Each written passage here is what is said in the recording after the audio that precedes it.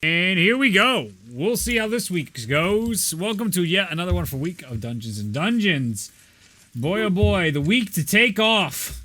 Some crazy things happened.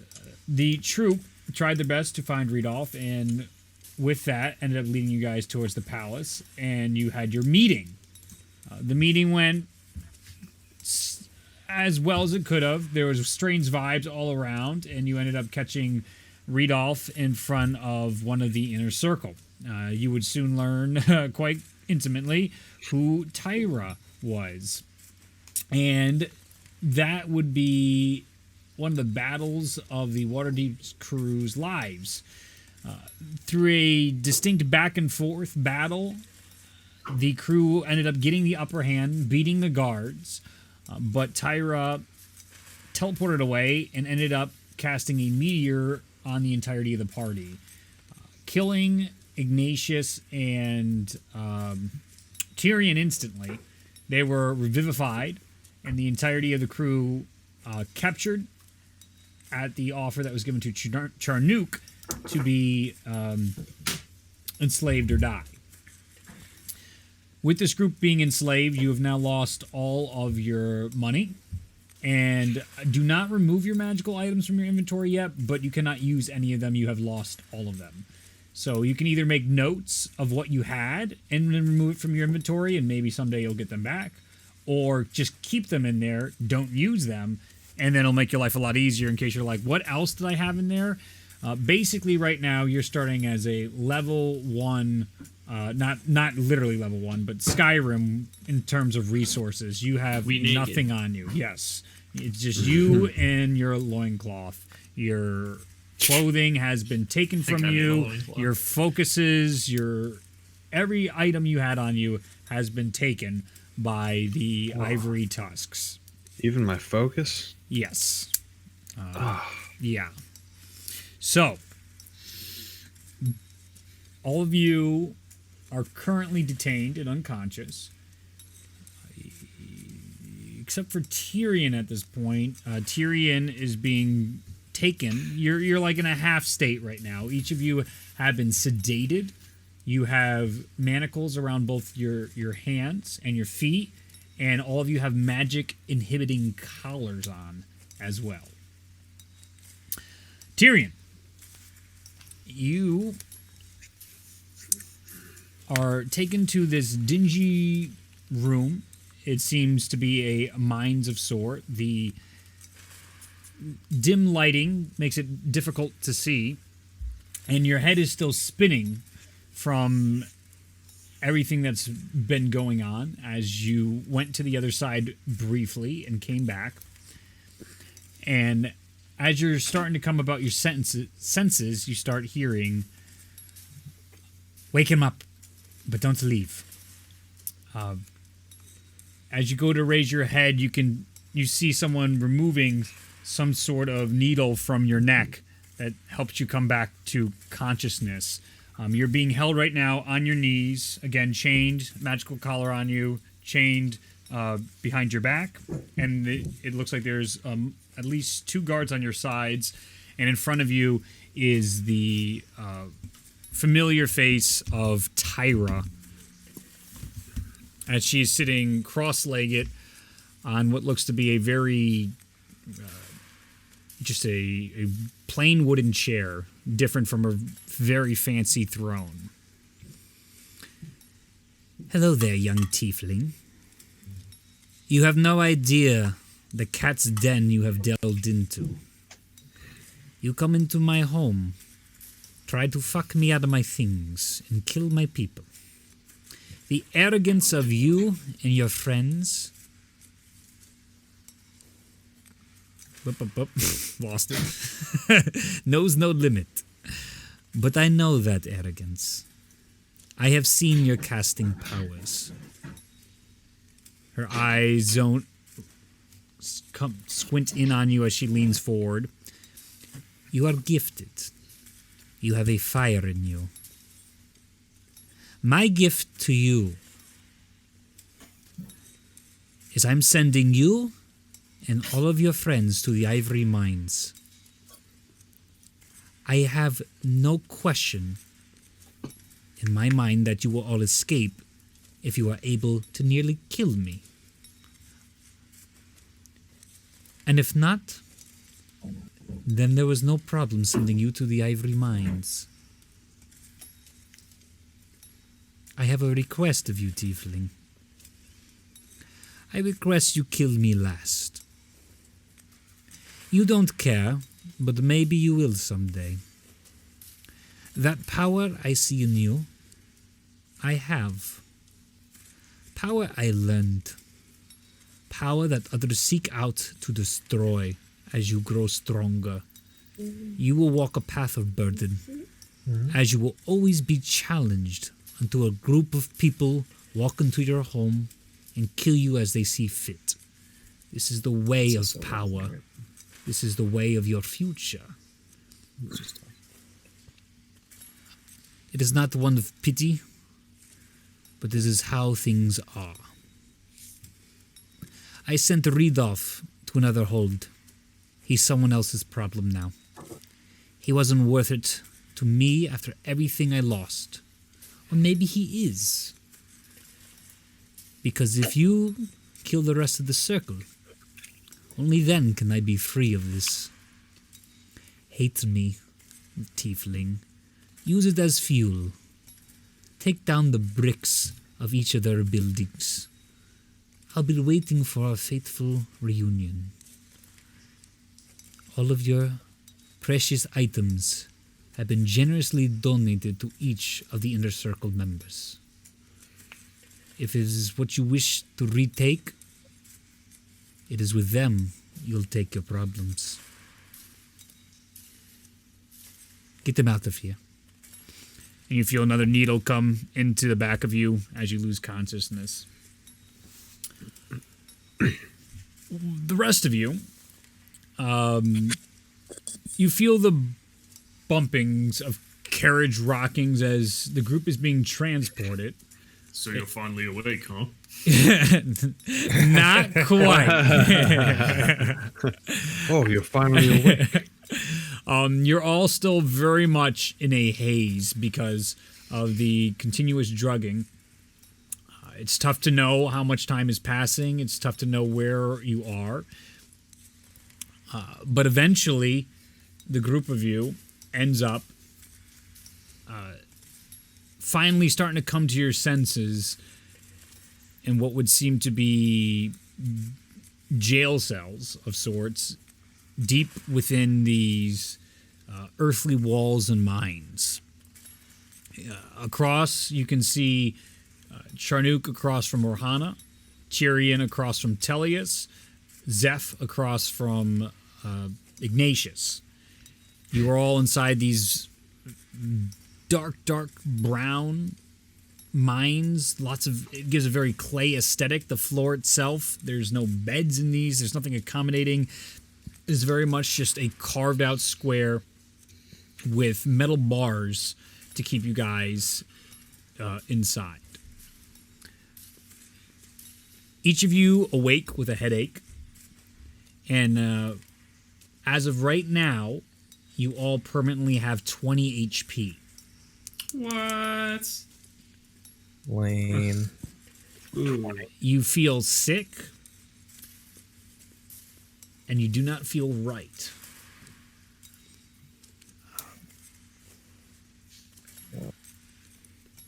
As you all come to consciousness,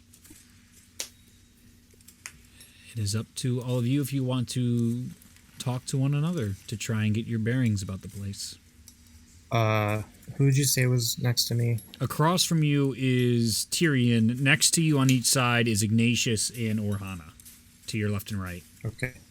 Thank you. Oh. Where are we? The ivory mines. Right. Well, at least we're not dead. So that's good. What do we do now?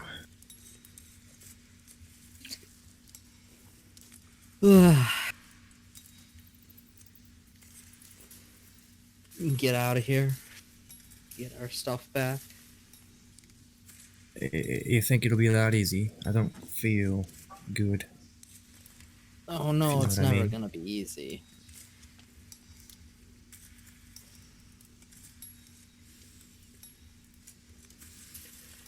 With that, you can hear around the corners some yelling in Orcish as you hear the marching of feet as a bunch of slaves are walking by, chained in their feet, chained to one another, chains on their hands, as they're being marched through by a bunch of these big ogre-looking creatures. The ogres have these massive clubs to them, as you can hear them. Does anybody speak Orcish? I do. You do? Of course I do. Yes, that's right. Yeah. So, what you're hearing is, stay in line, we'll get there. As all the other people are being pushed through. What you see in this group is a mix. It's a different mix of races and heights. You have dwarfs, you have a single tiefling, you have gnomes, and you have a multitude of humans in there, probably about 3 or 4 humans, as it marches by each and every one of you. Getting a load of everybody, you guys seem to be stripped down to just something covering yourselves. It is a white, basically piece of garment at best that goes down, and then you have a white piece of garment basically tied around the bottom of your torso. Like a loincloth? A little more than almost like diapers, to be honest with you. Oh, word? Let's go. So it's Good. it's frayed at the edges. Some of them have stains and they're dirty. All right. I'm immune to disease. It's fine. That's very good. Wait. Does that mean someone had to put this on us?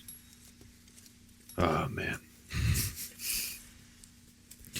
So That's just What have you got to be ashamed of, man? it's just a breach of privacy, you know. Yeah, buy me some dinner first, my god. Exactly. Ugh. Is there somewhere I can post complaints? I think we should do that.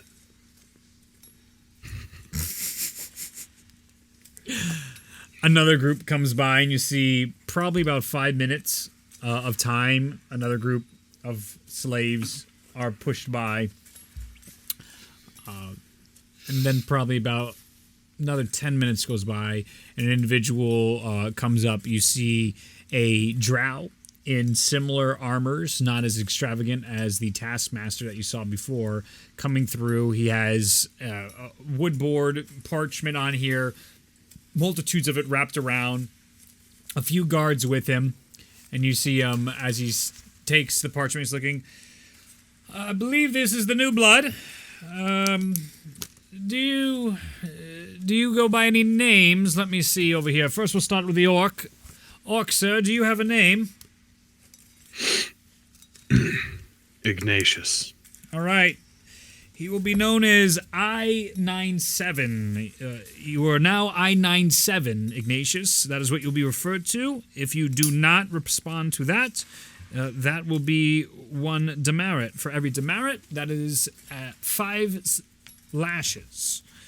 Make sure you understand, for every infraction you have upon the rules here, there are consequences. And you will be beaten to death if you disobey our rules and brought back. And we'll continue the process until you get it right.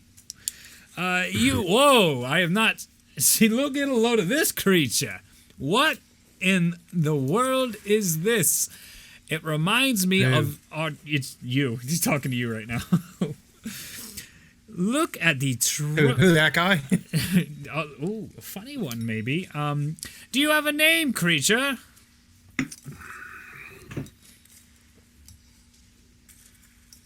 No. All right. No name. Fine by me. We will call him 201. Next up is the young... What is this? A halfling. Do you have a name? She's a gnome, dude. What's that? She's a gnome. She's a gnome. The other character's a halfling. Yeah, that's true. I totally missed all of that. My internet just said "fuck you." Yeah, so actually, I have saw no idea that. What you just said. Don't worry, your number's now Alright, cool. 201 because you didn't give a name response. Elias. My number is what? 201. 201. Yes. Is it I-201 or Nope, is it just 201. Oh yeah, I'm even cooler. I don't have a letter. It's because you didn't give a name. Right. The gnome. I'm sorry, I couldn't see you there. The clothing's a little too large. Excuse me for all the short ones sort of look the same down here. Do you have a name? No. Right, you are. So you will be 347. You will respond Why to not that name. 202? Why not 202? Look at, we have a free thinker. Do you know what numbers are? As he leans closer into the bars. Do we have? Yes. We have literate premium slaves here on our hands. That is a good note to know. We were not informed about that. That's a gift from Tyra. What an asshole. Okay, they are premium and no math. Good to know. Something on your face here. Excellent. Well, the idiosyncrasies of our number system aren't really up for slaves to know. But I do appreciate how intrigued you are. We might be able to put you on some of the more interesting cases. This is terrific. Let me turn around. Oh, whoa! Now, we don't get many of your kind. What? You have what resembles a lizard folk, and then we have a minotaur in our hands. Well, what are they sending us? What a strange batch. Where do you think these came from? And as he's talking, the guards have no emotion. He's literally talking to himself. They are uninterested in his rambles on here. They're just very much focused on staying what's happening in front of them. They're both orcs. Do you have a name, Minotaur? Do you? Yes, but you probably never need my name. It's none of your business. I'm asking but I'm you a just curious. question. I wouldn't be too curious in here. It slows down the work. How far away is he from the cage?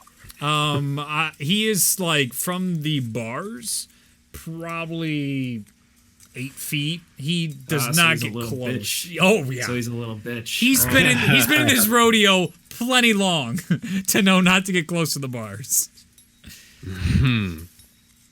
I could tell you my name, but it's a secret. You'd have to get real close in order for me to tell you. Right. So make note 427. Funny guy. Funny guy. Fantastic. As he comes over. A tiefling here. How are you? Do you have a name, tiefling? He. P?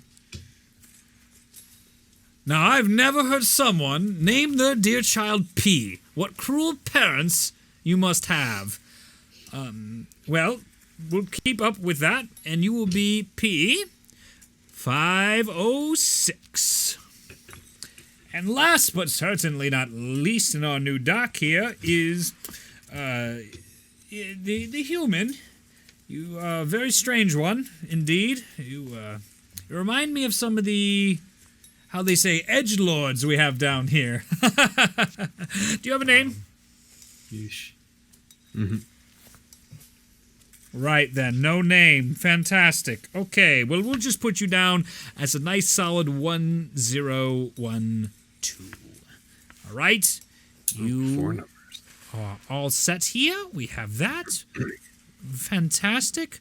Well then, now that we've gotten your name sorted, we'll get you all situated with your tasks. And don't go anywhere. You can't. But I'll be back and you'll get to your job soon enough. Take care now. As he walks away, the guards say just about nothing. They do say nothing.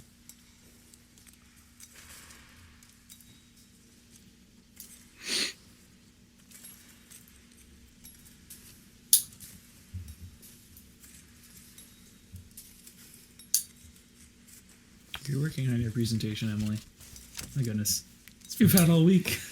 So, as he walks away and the silence continues, each of you exchange glances as best you can, looking from cage to cage, seeing one another. Probably a few Are we in hours go different by. cages? Yes, you are. They made sure to split you all up in that sense, but you're all in the same place in the Ivory Mines.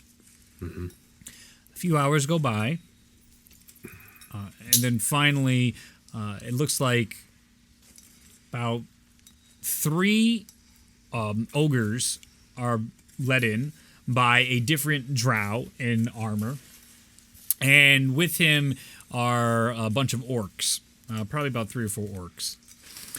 And as the drow comes over, he does not have any of the same mannerisms of the previous individual you met. He seems much more serious. He does have parchments and papers in front of him, and as he looks into the cages to each and every one of you, he starts with Zeph, and he goes, "You have silver mining duty. You'll be on the assigned floor." As he rips off a sheet of paper and hands it to him inside the cage, Zeph doesn't take it, so he just throws it on the floor. "You'll be escorted there in the next 20 minutes. Prepare yourself, whatever you need." He walks over to you, Ignatius. I-89. You'll be working near the Wasn't it I-97? 97? Probably was. Did I mishear it? Maybe not. Probably reads dyslexa. Probably did. So I-97. I-97. We are going to be putting you into the glow mining operation. You have 15 minutes to prepare. 201. You are also going to glow mining operations. Actually, as he goes down his list, it is the rest of this group is going to the glow mining operations. So wonderful. We'll be back in 15 minutes to prepare you for your first day of work. Who was the one that was left out? Zeph. Zeph, okay. General, do any of you have questions before he closes his book? What are we mining? This collar's really tight. Do you think you could take it off? He just completely ignores that. When's quitting time? Like to get home, relatively early. He just walks away at that, at those 2 comments. All right. I guess whenever we feel like it then. Sounds good to me. 15 minutes What are go our by. mining situations currently? You have chains on your feet, chains on your arms, anti-magic collars around your neck. That I needed that, yeah. You, they don't know. Honestly, they don't know who's who. You're at 20 hit points, and you feel weak. Okay. Vague enough to mean anything. Yeah. So, as the time comes back, one by one, they start taking you out. They put you, as they open up the first door, they grab you, Ignatius. And as they take your chains, they open up the second door, and they bring Tyrion out, and they chain Tyrion to Ignatius in a line as they're looping the chains through both We're in a chain gang. the legs and the arms. And they continue this process unless any of you try and stop them. How many guards? How big? There are 3 ogres and 4 orcs and 1 drow. They can be weak ogres, though. Do they look weaker than the average ogre? And I have 2 chains Make- with which to choke them. Make a nature, Perception, probably. nature check. Oh, nature? Okay. Yeah, that works too. I have a feeling they're going to be more ripped. But we'll see. Nature. Okay. 11. 11. They look big like orcs, ogres. Typically, ogres have guts. They don't have guts as big as normal. They don't have guts? Oh, no. They have scars all over them, all over their bodies and on their faces. They seem pretty muscular, like strong man. If you had to take the mountain from Game of Thrones type I was about to say of the muscle, mountain. they're bigger than that. They're along those lines of like strongman strength. They're big frickin' dudes. They're deadlifting over 1,000 pounds. For certain, for ogres. For certain. And they're standing at about 7.5 feet tall, 8 feet tall for ogres. So they are leering over you. The orcs are standing around like 7 feet tall, 6'8", between them as well. The drow is short as shit. He's like 5'6". So compared to all these, it's almost like it's hilarious. They actually have some difficulty getting Orhana in line because she's so small. You see that the drow actually has to get involved, and seamlessly he's able to lock everything up. As you are taking through the mines, you end up coming into around a corner, and it seems very claustrophobic, and then it starts to open up. And as it opens up, you can get a look at just how large the ivory mines go. I'm just gonna grab a When you look straight up, it just goes. It's levels and levels and levels. Thinks the mines of Moria type of just going. And then when you look down, it goes down and down for actually not too far. You can get a general sense of maybe 6-7 stories down might be the bottom layer of the mines. You guys seem to be towards the very bottom of the ivory mines. They take you down 2 floors, lots of woodwork all around for the stairs. Everything's temporary and lifts. You get looks at just hundreds and hundreds of slaves mining off the rock around there, moving items back and forth. You can see guards, orc guards, drow guards, and ogres throughout, and people who aren't keeping up, people who are collapsing are getting the typical whip. They're getting screamed at.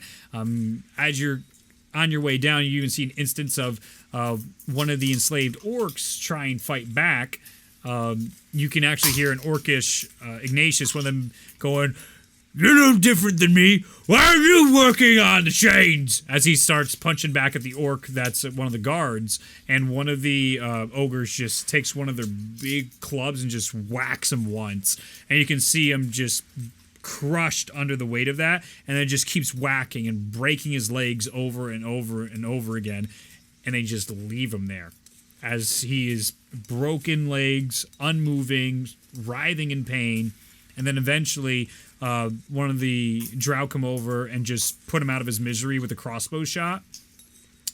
And then a cleric comes over, and you see a revive happen Jeez. on the spot. And couldn't they just heal him? Why kill him first? That's just an egregious waste. Oh man, that's fucked up. yeah, God. it's a nice way to perpetuate the needing of resources. Half the mining is just to pay for the reviving. Yeah, I was also gonna say, like, that's a waste of diamonds. So, as you guys get further and further down, Ignatius, Tyrion, and Tellius, you guys start feeling a horrible headache as you get to the glow mines. As you get down here, you are handed pickaxes, each and every one of you, and the drow goes, "You're here until we come to collect you. Mine the walls, chip off any of the glowing rock around you, put it inside these bins. When the bin is full, move it down to the end here, and it'll be collected. And once it's collected, you have other bins, so it'll be constantly emptied and brought back. This is not too hard for your minds to grasp, and you're smart, is what I heard, which is excellent. So all you got to do is hit the walls, mine the glowy stuff, put it in the basket, push the basket over there, and keep the flow going. All right." And he walks away from all of you as he leaves you to this area of glowing rock in front of you. The ogres and orcs are standing with you as well. It's still the same 3 and 4 that have come to escort the new ones of you. You have just been sent right to the hard labor camps to start. What do Nice. you do? So we have pickaxes. Well, let's get to labor then. Right. I love a good labor. Yep. I'll just Take a, pick up an axe. follow and some instructions there. But start whacking. do they seem receptive to speech? The ones that are standing by are standing at a distance. You guys have been put deep into this glowing area of rock. It's all blues and whites is how this rock glows. Receptive to speech. You can try it. Why don't you try? Excuse me. Hey man, how long you been doing this? You think this is fun for you?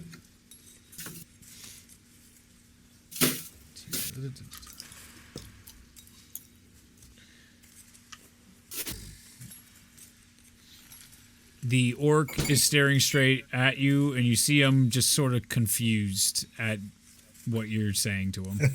He just sort of raises eyebrows, and you hear Ignatius, an orc, keep working.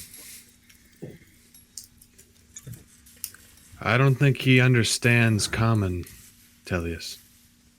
Why is everyone here so stupid? I can translate for you as I'm. Yeah. Obviously, we're working as we're. I'm working, but I'll like yell, I'll not yell, but I'll say over my shoulder that I can translate. Yeah. I do speak orc. Out of curiosity, Place gives do me we a technically headache. have a long I hate it rest here already. in terms of our abilities? Yes, in terms of abilities, your health, even though you take a long rest, will not go above 20. Yeah. But any abilities you have right now, you should be able to get them back. Your magic is suppressed at the moment, but you probably any inherent abilities you might be able to use to your advantage. Man. Let's see.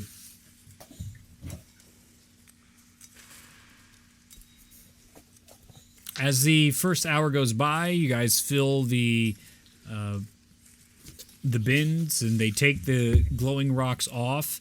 As you dig deeper, both Tyrion, Ignatius, and Tellius, you feel this malaise that hits you as you continue working on these rocks that Orhana and Charnook don't seem to be quite as affected by. You guys have much more labored breathing as it's happening down here. And after about the second hour, you really start to feel some fatigue. Could you give me... yeah. I was gonna say I wanted to inspect this glow rock and see if I recognize it as an arcane object. Yeah, go ahead and make an Arcana check. Before I have your... It's an 8. Yeah. You know, it has a weight to it, and it feels like there's something inherently arcane about this, but you're just your mind is swimming. You don't know if you're coming or going, and you're tired. I need Tellius, Ignatius, and Tyrion to give me Constitution saving throws. Sucks to be a spellcaster. That is 15. Okay. 26. Okay.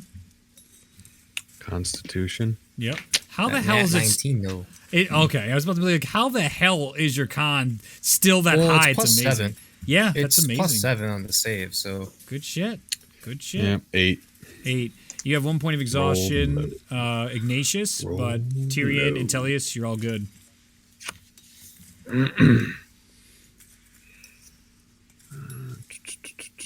Exhaustion. Another hour goes by. Another hour goes by. You fill, 15 carts full of this stuff. By about So what? I want to outperform all the other slaves. I want to be the best slave. You can't see any of the other slaves at the moment. I But wanna fill more buckets. All the buckets. with that sort of enthusiasm, I would say you are putting up a pace that is also making Tyrion, Tellius, and Ignatius look at you like, dude, what are you doing? We're dying here. And you're picking up the slack, though, in some respects. Are we close to the orcs still? Close as in, like, they stand about 15 feet away from the furthest one of you on the end. You're in, like, a circular alcove, so all of you are stationed, like, apart from each other, digging into different areas of this wall. But they can hear you, for certain. Okay. I'm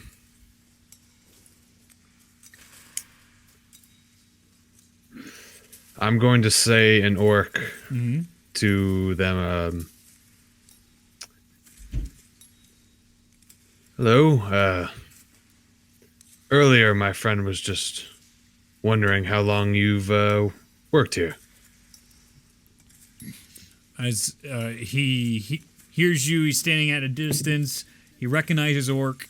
He looks towards you and he goes,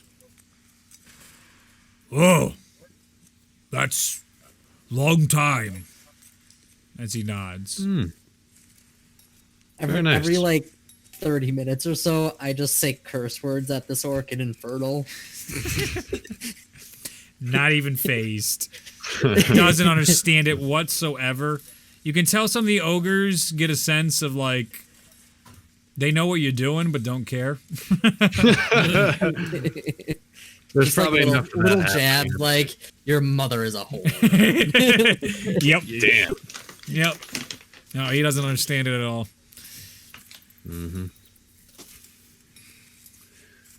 I'll just follow up with good job. Enjoy it. He looks at you. This is what I do.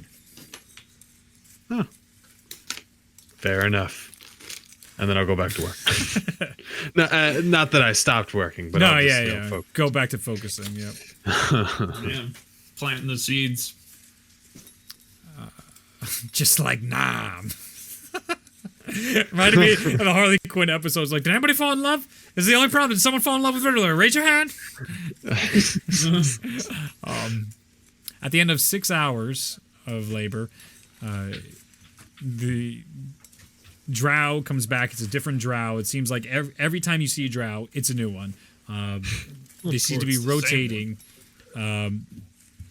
whoever who's on shift and who's looking over you. And as he comes over, he goes, "An incredible amount of production. This group, I understand why you were sent here." Yeah, kind of had to put him on my back. Was it you doing all the heavy lifting here?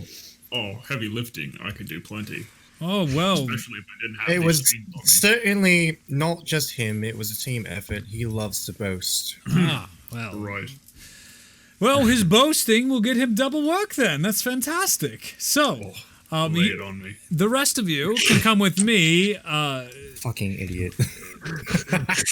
422, you can stay here another shift, so we'll be back for you. That's fantastic. The rest of you, come with, as they chain up, put you in the chain again. Charnook, where you're chained in the mines too, like when you guys come in here, you're like chained to the ground. So you have like basically a tether of how far you can go, and it's just far enough to get into the mining operations and move the stones over where they need to go. Okay. What's So- the tether made out of? Up just steel. Okay. And it's in the ground? Yeah, so it's like a circular, hammered in there? it's like a dog chain, circle down, and that's on you. Yeah. Okay. Good to know. As they take the rest of the group peels off. Charnook, you continue your work. Gleefully. Give me a Constitution saving throw with disadvantage.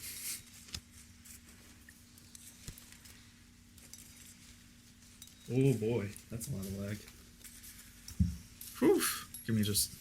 Let's try this then. Sure. Lower was a 22. 22. You're good. You're pounding through it. As you guys are brought to a new area of cells. It is now 2 and 2 cells. So they herd you in. They put Tyrion Tellius or Hana in one cell, and Ignatius, Zeph, and Charnook would go in there, but he's not in there right now. Inside, there is a bucket of water and a ladle in there. And inside, there is a basket of bread of hard bread, and it looks like there are bits and pieces of meat that are slopped inside this small basket here. And you see the drow go, all right, it is feeding time, and you'll be ready for work again in the next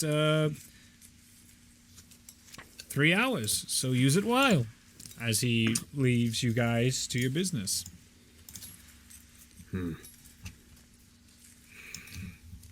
How's everyone doing?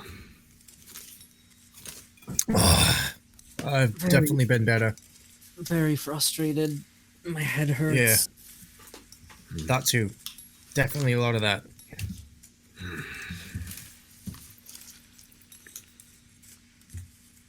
Does anyone else have a splitting headache that won't go away? Well, I Yep. don't feel good if that's what you're asking. I wonder if something about the rocks have anything to do with it. Yeah. I'm sure that Normally air work is like not that. great. I have never breathed that heavy, ever.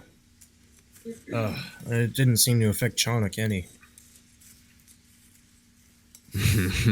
You're pounding away, Charnook. Oh, I'm doing great. I'm gonna be the best slave there ever was.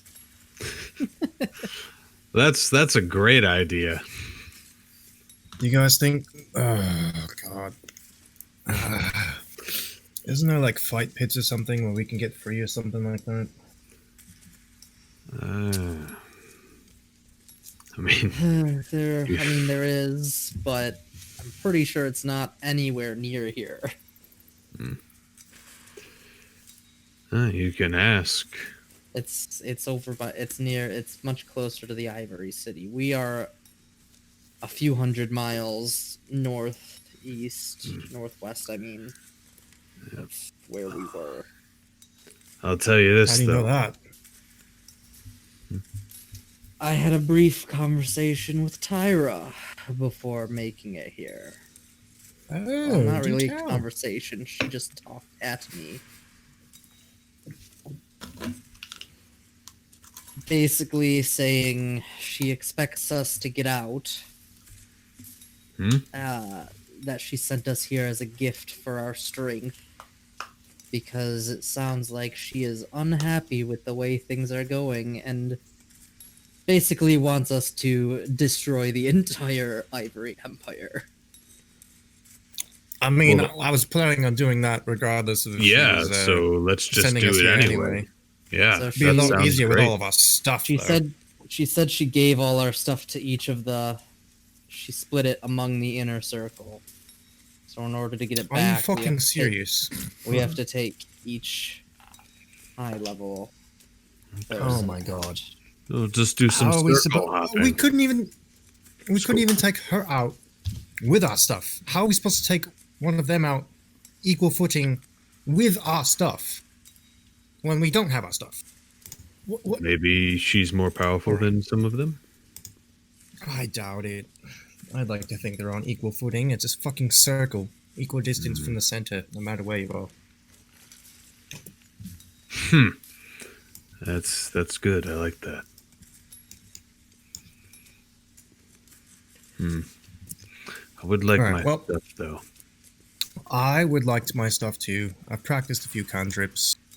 They don't seem to work. I'm gonna pray every day. That's for sure. Fucking need something to get out of here. That's not a bad idea. No. That's interesting. She expects us to get out. Yeah. Makes me much. think Very interesting. maybe there's something we could take advantage of soon. That'd be nice. I just want to feel normal.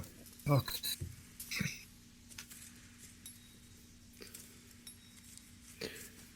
Did she want anything in return for her generosity? She asked to kill her last, if possible. I guess that can be arranged.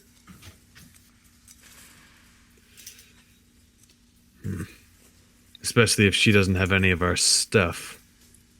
You know what they say, save the best for last, right? Yeah, well, if she gave all her stuff to everybody else, why the hell would we go to her before anybody else?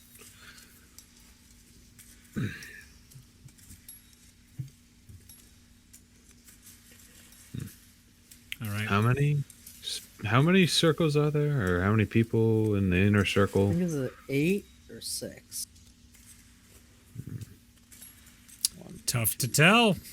If you're asking the DM, that's hard to know. Well, 10. I hope it's 6. 10. One 10. for each city.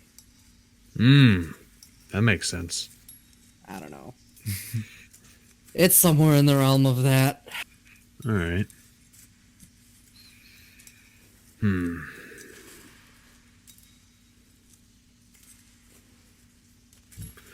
What I about don't know. Go Go ahead, Ignatius. I don't know. Yeah, the I logistics guess of this make no sense. He was sent to some other hold.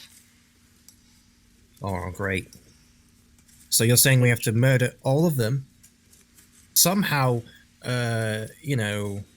manage to stay inconspicuous between murderings, and then somehow find Rudolph? I just don't. Yep. All right, we got to work cut out for us. That's fine. Well, I'm gonna go pray if you don't have anything else to say. Might be Maybe that'll possible work. with help. Yeah, that's what I'm hoping to find. How many slaves are here? Millions? If only we'd We contact almost the other took ones. out one of the inner circle with just the 6 of us. 6, right? Millions of slaves. If we can break out any decent number, that tips the odds in our favor.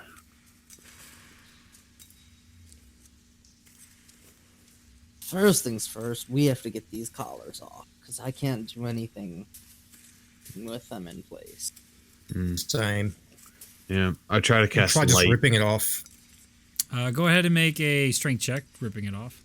And casting light just fails. Damn.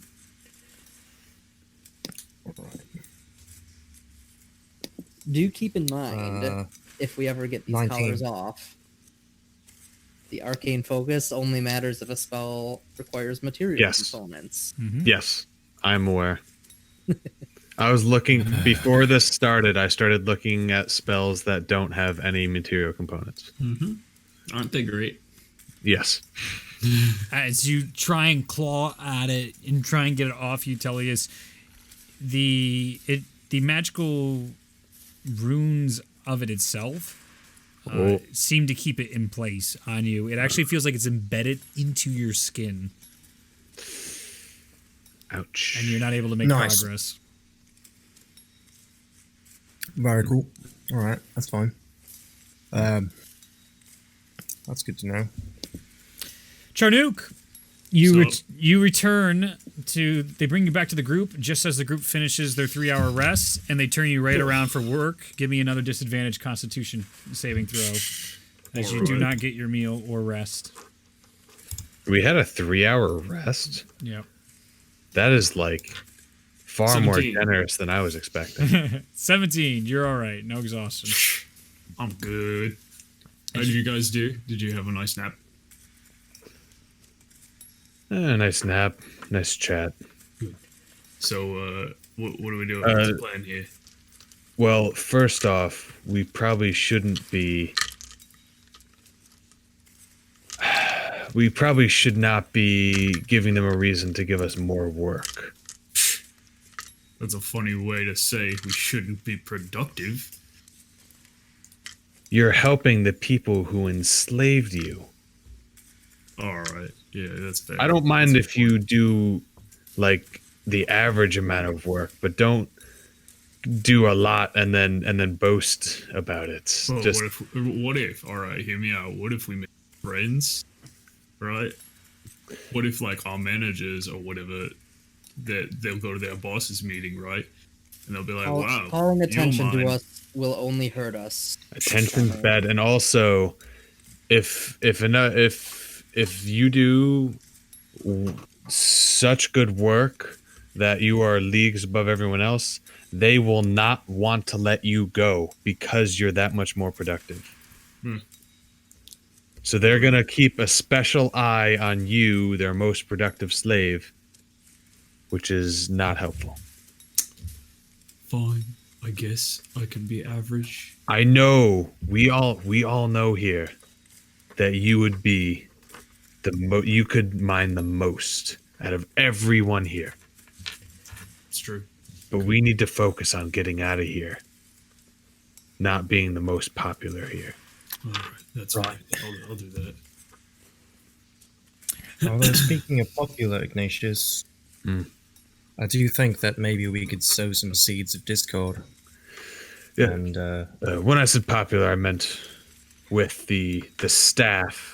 Being popular with the slaves could be helpful. right, that's what I mean. Yes.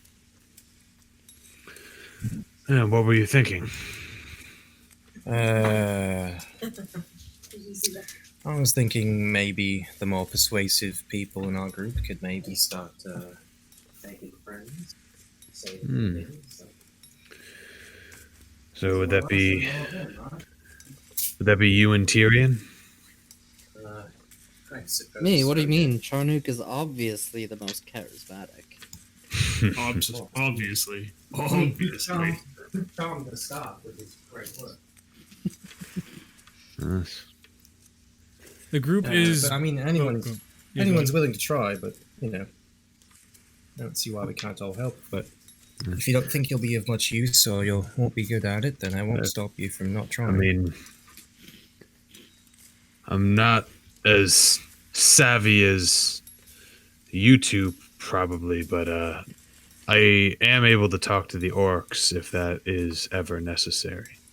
That's the only thing I'm worried about is language barriers. So yes, I will say they don't seem much like talkers or have interest in anything. They look just like what they are, big dummies.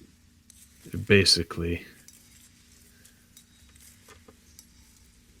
So your group is brought into more communal work now. They first made your work isolated, and now after things went well, they're now bringing you into an area with a lot more slaves. You are now mining in an area that seems to just be a lot of iron ore. And there's just tons and tons of iron that they're chipping off walls inside here. There's a large gambit of individuals, of races all throughout, and there's a multitude more because you're in a large group. Orcs, you're now looking at like 50 to 60 orcs, and you're looking at about 20 to 30 ogres from various levels. You have drow standing by with crossbows and recurve bows, short bows, watching from higher on the platforms.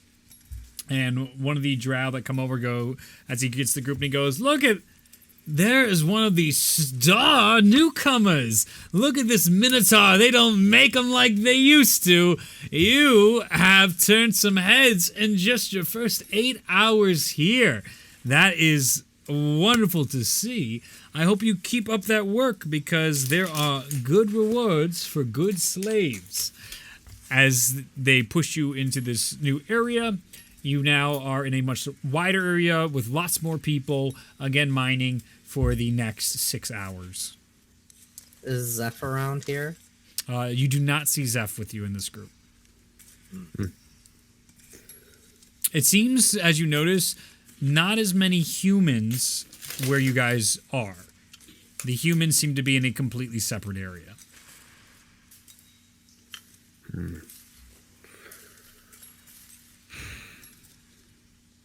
I wonder what those rewards are.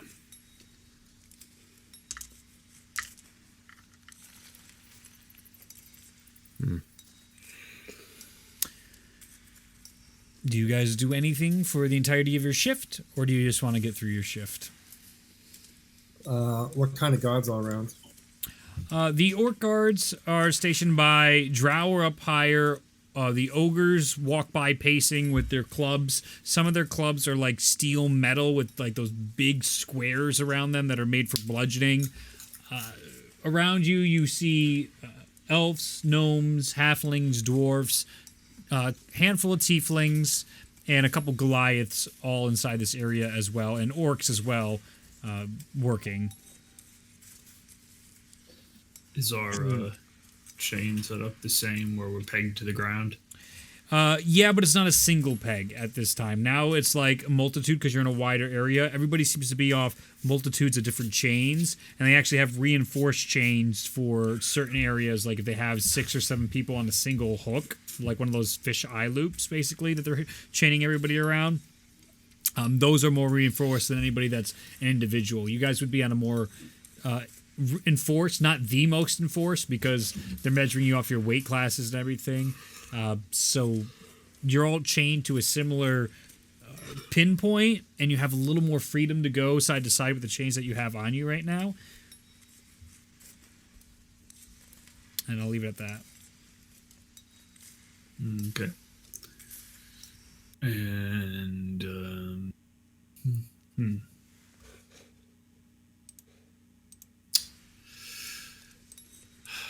you mentioned there were a bunch of, but how many slaves are there? Probably in this area, you're looking at 60 or 70 slaves. 60 or 70 compared to like 90-ish guards, you said? Yeah. All right. It appears to be overkill as well, in the sense of they're giving an well, not you.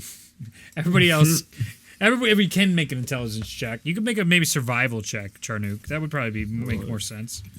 Everybody else can try and make an intelligence check. Intelligence. 16. 16, 12, 11. Natural 20. Natural 20.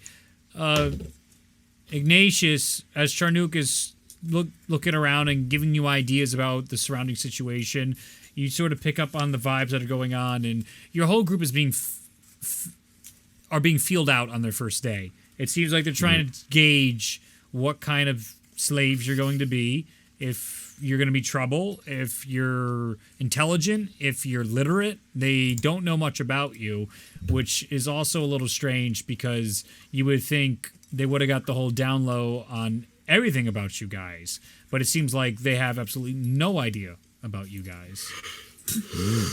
Interesting. Okay. Are all the slaves wearing the collars? No. Interesting. Okay. What's the percentage? Probably 2% are wearing collars. Okay. The majority are not wearing collars. Okay.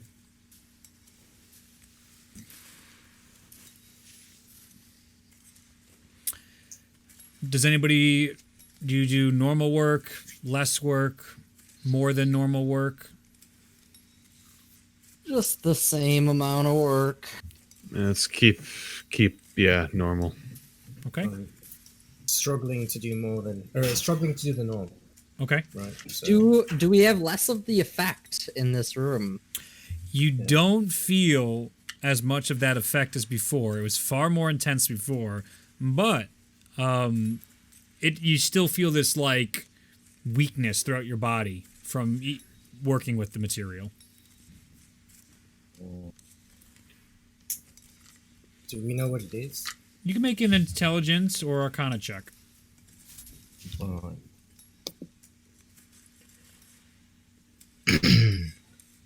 10. It's tough to place. I mean, you haven't had exposure to this type of stuff. This is not things that are normally talked about, so it's really difficult to gather this, what it might be at this point. Yeah. Maybe asking around, maybe trying to figure out more through whatever means necessary.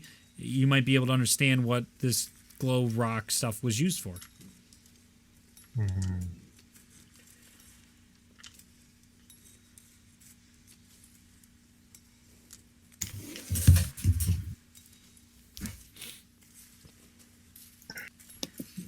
All right. So the Were end. we- Yeah. Were we prompted with something there? I'm sorry. We were discussing. Paul. No, you're all good. We are now moving through the shift. You guys are brought back, and now you have 2 hours to sleep before your your next labor. Sweet. Do we start to get exhaustion from not having long rests? Not yet. You're getting there. I already have No. exhaustion. You do.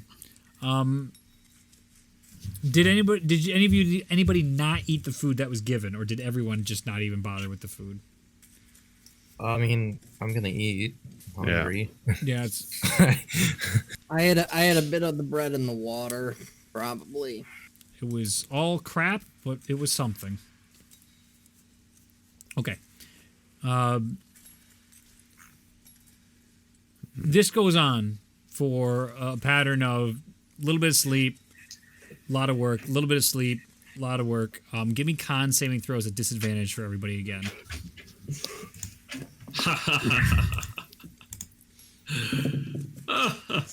19.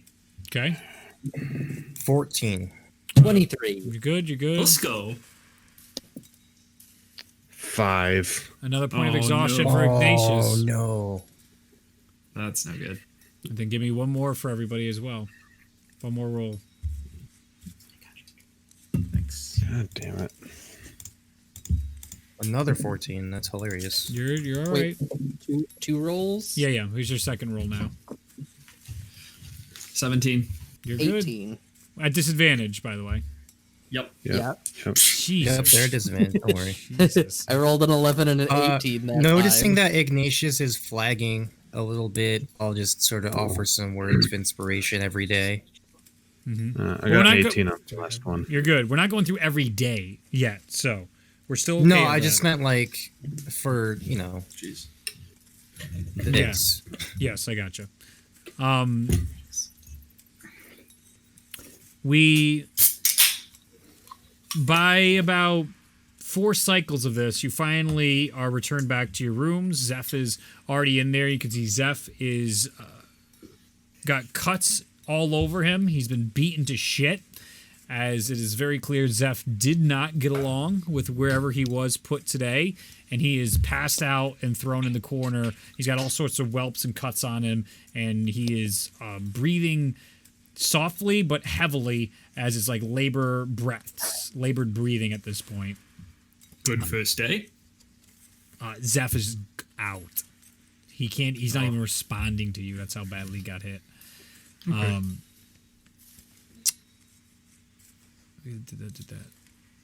So now you're going to get your first long rest in. As the guard tells you, you have exact 6 hours to sleep. So that will still count as a long rest for this group before your next session. You get your first sense of a day has gone by. You worked and worked and worked and worked all day. As the next day begins, you're woken up early and taken back to the glow mines. Zeph is back to the silver mines. As you're brought to the glow mines, again, that horrible sensation comes back to Tyrion, Tellius, and Ignatius. As you guys begin your labor, about an hour into the labor, do you guys want to do anything? Are there drow gods in here? Not in the glow mines. It's just orcs and the orcs. and what's the ogres. ratio? It is four orcs and 3 ogres guard you in this For area. How many prisoners? For the 6 of you, or Oh, 5 for the 5 of just you. us. It went in the glow mines. It's just you. Okay. So that's not very productive. So we're probably not in here just for rocks, if I had to guess.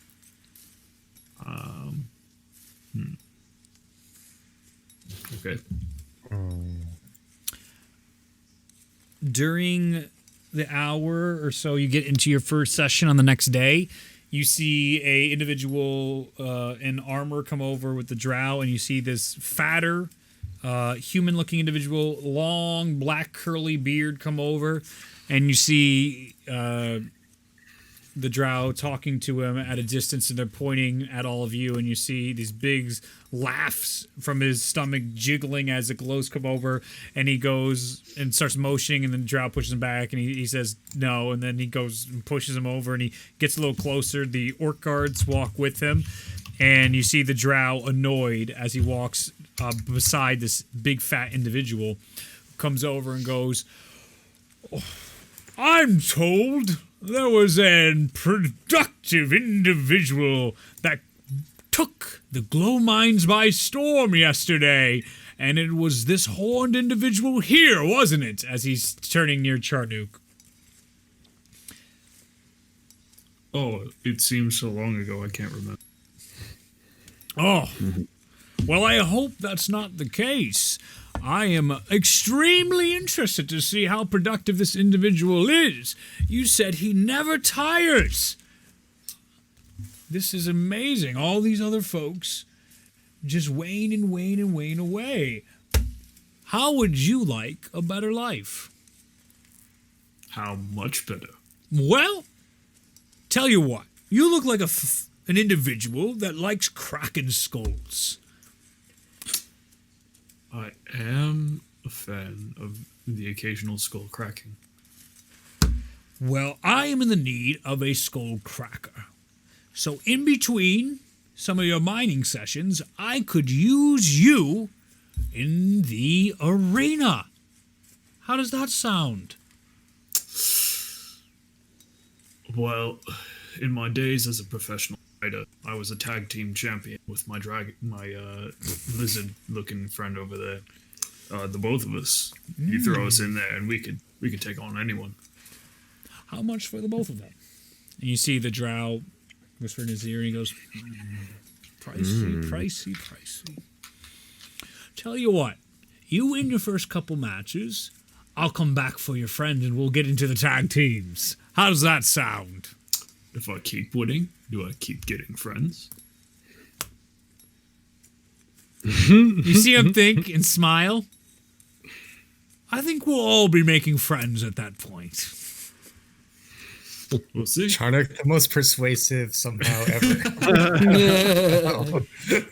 He's a genius. It's less persuasion and more he's telling Charnook his options here, and Charnook's participating back is the perception. If Charnook was not receptive to this definitely would not be going this way.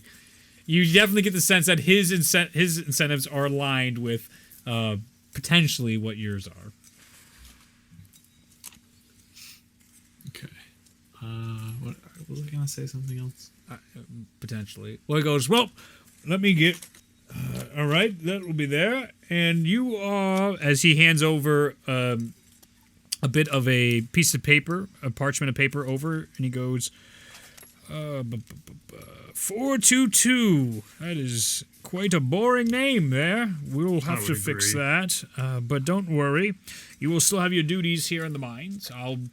They'll take you where you need to go. But I'll be back for you in just a short amount of time. I can't believe the tips I received to make sure to come find such a productive individual. I feel incredibly lucky to have been here. Lucky you are.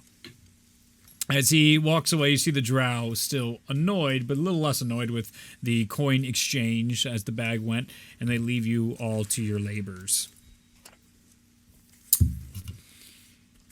As this day continues on, unless you guys want to do anything else, you have basically your normal mining operations as they go day by day.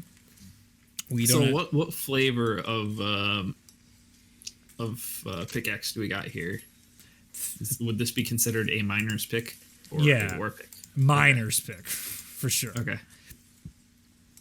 Okay, so it still weighs. It's still 10 pounds, so you could still hurt somebody with that. Certainly. Okay. All right.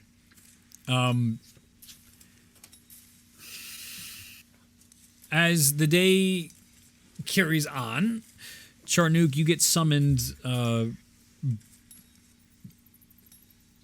after you guys get to the iron mining, and then there's another set of mining. That's when you end up getting taken in chains by an escort of orcs and a drow takes you over towards an elevator of sorts. There is a pulley system that starts taking you up through the ivory mines. As you are going higher and higher and higher, you start to get a little dizzy and nauseous as the height goes higher and higher and higher. You guys seem to be way buried in the earth. Like buried. It takes Very you, buried. very buried. It takes about probably 35 minutes to ascend to the top Wow. off the elevator. And when you finally get up there, your eyes are just hit hard by the hot sun. It also, you're used to the hot temperatures. It's actually much warmer now that you're on the surface. Below was much cooler, even though it was very warm. Unpleasant. But you did not realize, like, it's about 110 degrees as soon as you hit the surface. Nice. When you hit the surface, there is a multitude of guard stations all around.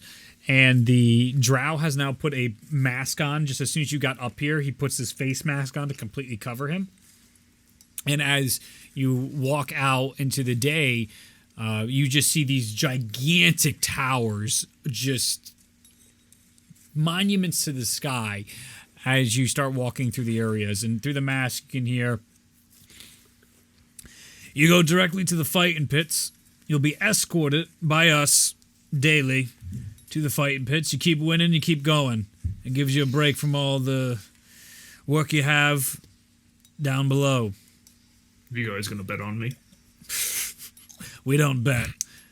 Oh, you should. It's very profitable. You see him ignoring that part. There's a business part of it as well.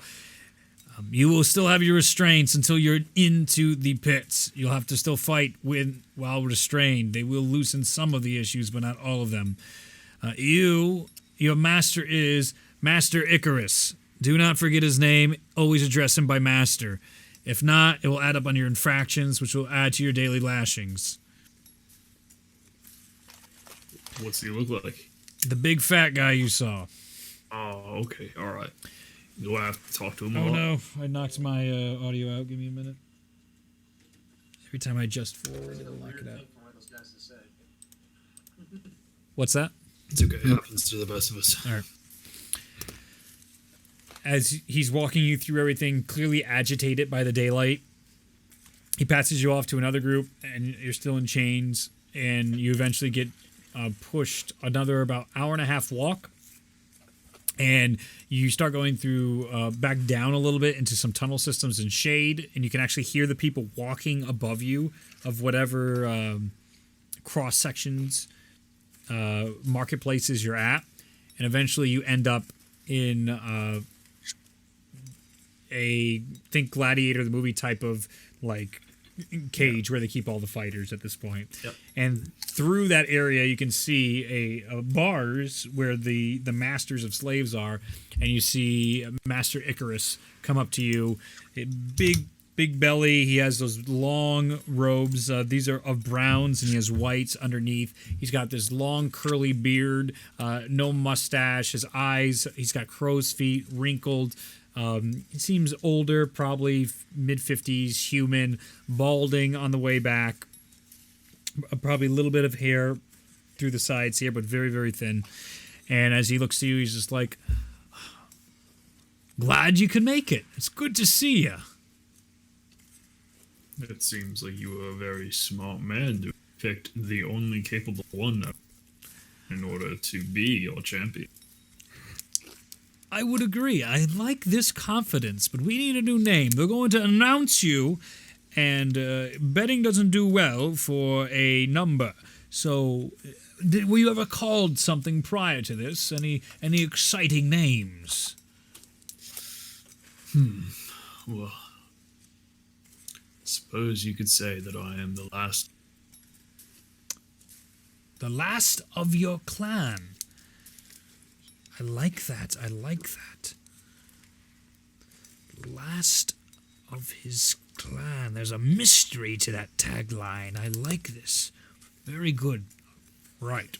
So, what you have lined up for today, inside the pits, all newcomers get a straight free-for-all. So, the good news about that, other people are going to be killing other people. If you have an off day, it might not be the worst thing in the world. The good news in that, the better news, I guess, is you're a strong lad. You might be able to really do some damage out there. Bad news is there's about,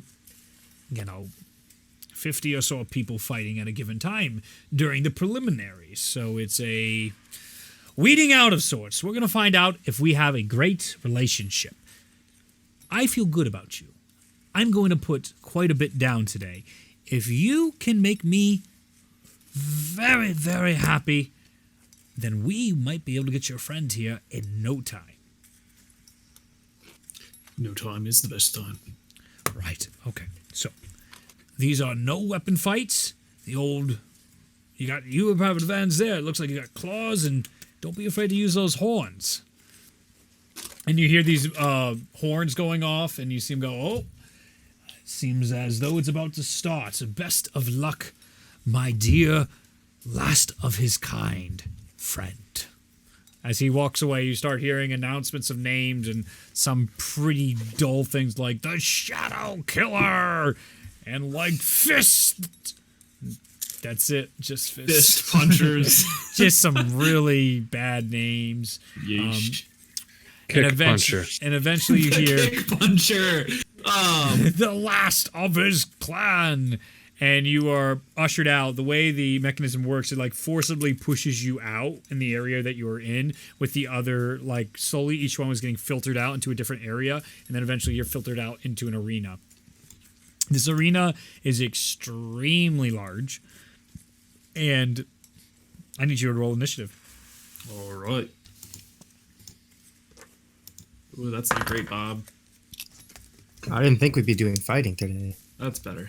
That's not great still. It's a 9. Okay. First up, as you get out into the pits, you see you hear chanting all around you. There are actual animals inside here. You see tigers roaming around the edges, keeping any of the combatants from fleeing, from getting away or diving into the stands. A couple of them instantly make beelines for that, and the tigers just jump and start tearing them apart. Nobody has any weapons or armors or any makeshift items on them. The first person to come up to you is this big orc, and you see him with this mangled teeth. One of his eyes isn't completely open, scars all over his body, and he comes up to you and without saying a word goes and takes a swing at you. That is a 5 to hit. Nope. As he goes to swing, he swings wide as you grab onto his fist in your hand. Go ahead. Go ahead and try, and it's now your turn. I break his arm. Well, roll for an attack. All right. That is plus proficiency because it's my fist. Yep, just the fist. So it's your So strength it's- plus a proficiency modifier. Oh, okay. 25. To hit? Yeah. Okay. Jesus. And so then, what do you want me to do for damage? it's unarmed strike, right? Plus Alright, whatever so your that's strength just- score is.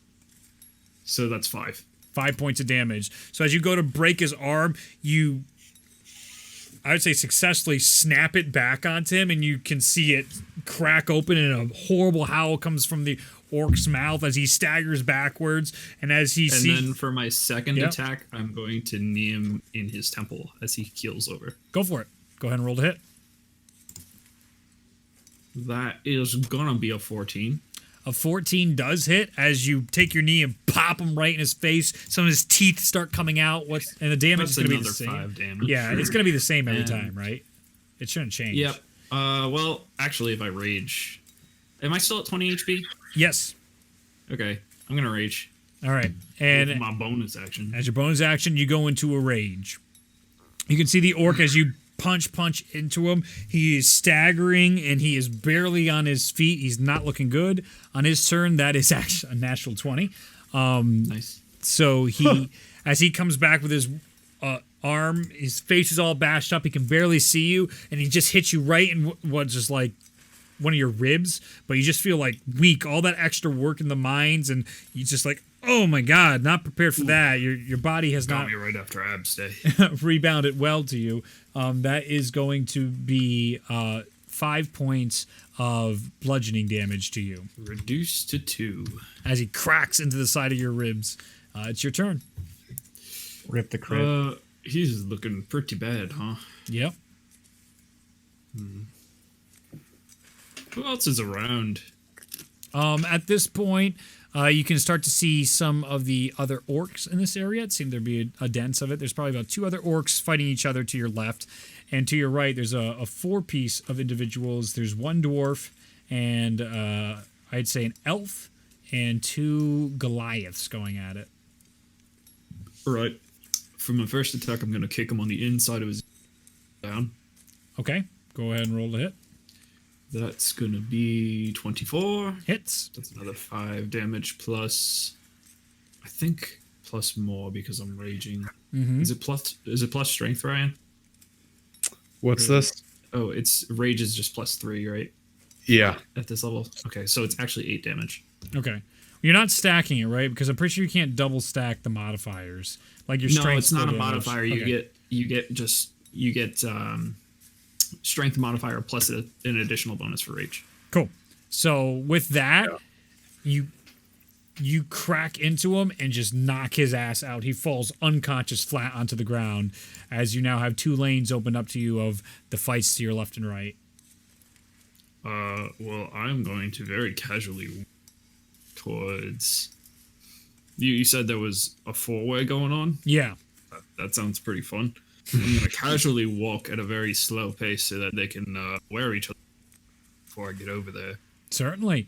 As you're walking your way over there, one of the orcs finishes and dispatches the orc he was working on and sees you, and he starts coming your way. As you walk slowly over, the 4-piece, the elf ends up getting picked up by one of the Goliaths and just back snapped like Bane as he's thrown over to the side. And you can see the dwarf right now just punching up like he's taken beatings from the other Goliath, but they don't seem to be having quite as big an impact on the dwarf as the dwarf is uppercutting into the Goliath as best he can, but there's a reach disadvantage that is hard to fill the gap in for the dwarf at this point. Right. Okay, so I want to help that small out. Also, I'm pretty sure is the code for any barbarian. So I'm gonna grab the guy who he's slugging at and suplex him onto his neck. All right, go ahead and make an attack roll. All right. That's not great. That's a 12. 12. That misses. So as you go to suplex him, you put your hands around his waist and you see him burst out around that, turns to you, and he's going to take an attack roll against you. I have 2 attacks. Oh, that's right. Please. Go ahead. I try again. Yeah. And it's a 14 this time, maybe. 14's enough. So as the 14 grabs and you actually do suplex him again, you're like, better with gusto this time. Put him onto his back. He hits down onto the ground. Go ahead and roll damage. It's just 8 again. 8 damage. You hear it right onto his neck. He rolls off it, and you can feel that pain. And he's looking rough already as his eyes are dizzying. I give the dwarf a thumbs up and a wink. And the dwarf just sort of laughs with some excitement as he goes to approach to fight you now. But on the other side, that orc from the other fight comes and sideswipes you. But that's only going to be a 10 to hit. No. So you're able to easily just like push him out of the way as he collides into the other Goliath as they continue fighting. It is your turn again as the dwarf is looking to engage you. But he's not currently engaged with me, and the other guy's not done, right? The Goliath is slowly getting back up to its feet, yeah. I look at the dwarf, I'll say, we could make a business partnership out of this, and I kick the Goliath in the head All right, go ahead as and he's roll. starting to get up. Yep, go ahead and make an attack roll. That's another 14, so that Yeah, hits. That's hits. another 8 damage. And then crack! You just kick the face right unconscious. All right. I look back at the dwarf. What does he look like? Does he want to be friends? He responds in Dwarvish. Do you speak Dwarvish? Damn it, I don't think I do. He does not seem to understand what the hell you're saying right now. and it seems like he interpreted it as a challenge as you kicked the lights out of the other, and he now. I use my second attack to punch him in the. All right, 25 hits. So 8 damage to the dwarf. damage. As you see him crack into his face, you see him go, oh, just this shock as all this blood comes out of his mouth, and he rolls to attack against you. That's a terrible roll. That doesn't hit. That's going to hit. That's a 18 to hit. Yeah, that hits. So he is going to do 8 points of damage back to you, bludgeoning damage, as you punch his back. And as you get hit with that, it's a big uppercut. You can feel your teeth chattering in, and you get that lightheadedness in your head as the other orc stands up, and he tries to make an attack against you. Okay. That is a 17 to hit. Yep, that will do it. All right, he's going to do 4 points of bludgeoning damage to you. That's funny. The dwarf is stronger than. As the orc hits into him, and then queuing in on you, the Goliath goes behind the orc and tries to flip him over, seeing what you did. Nice. Succeeds and cracks onto the orc's neck, and the orc is slowly stirring up.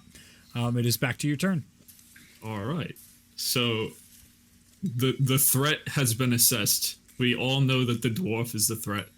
So I'm going to pick him up and yeet him at my opponents. All right. Strength check. Dexterity. Okay. His dex versus your grappling. Okay, so strength check. Oh, that's not good. That's a natural 1. That's a 9. So he, as you go, he's a slippery little bugger. You're like, come here, and you see him like, as he's dodging away with all his blood coming out of his face. You can't quite get him. Since that's the grapple action, right? So that counts as an attack. So do I get 2? Right? Is that a thing that we've done? No. Action. Yep. The attack action. If a grapple counts as an attack action, it's okay. But if it's an action, it's not okay. Because it has to be, Right. if you get 2 So- attacks, it has to be 2 attacks per turn, not 2 actions per turn. We have done in the past where, like, shove somebody, that counts as 1 attack in your attack action. I'm wondering if that applies to grapple, because it's in that same list. I'll give it to you for now. We'll see how it Okay. goes. I'm sure Luke will Well- use it next campaign. So Yeah, it'll be fun. I'm just That'll gonna change grab next and campaign. throw him. all right, go ahead and So- roll. 15 this time. 15. You're able to grab him. Yes. And I Oh, throw actually, him at I got to all. roll. I got to roll. Oh, no. 15. What happens on a tie? Do we do it again? Question, Tie was- goes to the runner normally. Was Meets the it, beats it. grapple being contested as whether or not it was an attack action? Yes. So under the grapple and as well as the shove, you can. It's the description is you can use an attack action to make a special melee attack. You can make if you're able to make multiple attacks with the attack action. This attack replaces one of them. Okay. Then it's not a grapples problem. and shoves. Then it is absolutely not a problem. We don't have to Cool. adjust that. Good. Thank you. So ties. Ties. He had a 15 on Ties his do dex. thunder wins. So once again, he goes right through your legs. You see him, just run straight underneath you. Oh, he's And- great. And he goes and clobbers another that's natural 19 to hit against Nice. the orc, and the orc just stays down, and the Goliath goes to hit against him, and that is going to be a 12 to miss, as again he's just in and out, he's going through the legs, and you've now provided this needed distraction for him. It's now your turn as he is behind the Goliath. There's now Goliath looking around his legs trying to hit the dwarf, but not noticing you. I have to push him so that he trips over the dwarf. I have to. Go ahead and take Comedy the shove action. demands it. Go ahead and take the shove action. Okay, I will do that. That's a 15. 15, okay. And that's a 15. Are you looking to hit, or is this a contest for a shove? It's a contest, isn't it? I think so. Shove. To either knock him prone. Target, instead of making an attack roll, strength contested by his strength or acrobatics. If you win the contest, so it's only if I win. So tie goes to the runner. All right. I'm getting fed up with trying to push people. I'm just gonna punch him. Okay, yeah, that was natural 17, so didn't get it on the shove, but the punch, go for it. Roll to attack. Yeah, the punch isn't good. It's a natural one. So Oh, so you go to push him, and he's still chasing the dwarf, not even noticing you. So you just basically fall over yourself, and then you go to punch, and you punch nobody as he's still moving around. As you can hear the Goliath speaking in Goliath, as the dwarf is replying in dwarf, and the two of them are going at it. this is wonderful. This is some Three Stooges shit right now. The dwarf is able to hit with that. Plus his modifier would be able to hit with that. So that hits into Goliath. Goliath feels another 5 points of damage. He starts to shake around a little bit on that one. And it is the Goliath's turn. That's going to hit the dwarf this time. So he's going to do damage, which is 4. And both of them are looking real rough. It is back to your turn. They're both looking real rough. Yeah, the Goliath basically just punted the dwarf, finally getting a hit in on him. Nice. I'm gonna just headbutt. I'm gonna just like grab him by his collar and headbutt him as hard as I can. Not with the horns, just, Sure. don't want to kill him. Mm-hmm. Let's do an 18 for that hit. Hits. That's going to be another 8 damage. Knocked out cold as you crack into his skull and throw him to the side. And you see the dwarf starting to look around. And as you start to look around, there's almost nobody left as all these fights have been going down. There's maybe 1 or 2 other people in the arena at this point now. It's those 2 are fighting right now, and you and the dwarf are left standing at the moment. Oh, well, I gotta punch him, don't I? I mean, sure. Let me think. Yeah, I'm gonna punch him. Yeah, all right. Go for it. That's a 24. Hits. 8 damage. And he is knocked unconscious as you just rake across his face, and he flops to the ground. I pat him on his chest as I stand up and flex. Across the way, it appears a tiefling is the one to beat a Goliath into the ground, and you are the last 2 standing in this contest at the moment. As you come towards the center, the crowd starts to surge higher and higher. The chants and the stomping of the feet as his crescendo is going. You actually catch in the stands Master Icarus screaming like crazy, spittle coming down onto his beard, stuck in there. God, he's so excited to see where you are, eyes wide. You can see so many of these other owners upset and just furious at what's going on at their losses, and other ones just already walking out and leaving. The tiefling looks winded and damaged. The hands are up at this point. Reroll initiatives to see which one of you 2 goes first. Okay. That is a 15 for me. You go first, just barely. All right, let's go. Let's see. I have to picture this. I'm gonna run at him. Mm-hmm. Gonna keel back, and in a surprising twist of events, I'm gonna punch him right in his face. Anime style, you're going in for one attack and then sneak a big punch up, all right? All right, so that's a 25. Hits! 8 damage. The tiefling looks extremely agile and is quick on its feet, but your fist is far quicker, and your uppercut crunches right into the individual, knocking it onto its back. And as he starts to get up, you can tell he sustained a lot of damage in that previous fight, and getting 8 points off on him right now. His eyes are swirling. He's seeing stars as he's looking at you. Use my second attack to axe kick him right on his chest. All right, go ahead and to hit. Ooh, this isn't good. 12. 12 misses. So as you go for this Leonidas kick onto him, he dodges out of the way at the last second and takes his 2 attacks against you. Bring it. 15 to hit. That does it. All right, that is 4 points of bludgeoning damage. All right. And that's going to miss. So the first one hits, and as it hits into you, you can feel this like trained attack to specific pressure points on your body as it just hits into one of your soft spots as well, and just that pain surges through your body. On the second one, though, you're like, I'm not taking that again, and push the hand away as you break. It is your turn again. I'm gonna stomp on his foot Okay. with my hoof. Sure. That's gonna be another 12 that hits. I'm gonna try to do it again. That's gonna hit. That's gonna be a 27. Hits. All right, go ahead. And damage is 8. Yup. As you miss the first foot and then you hit into the second foot, you can see stars in his eyes. He seems to be on unconscious door right now, as close as you can get. He's going to take 2 attacks against you.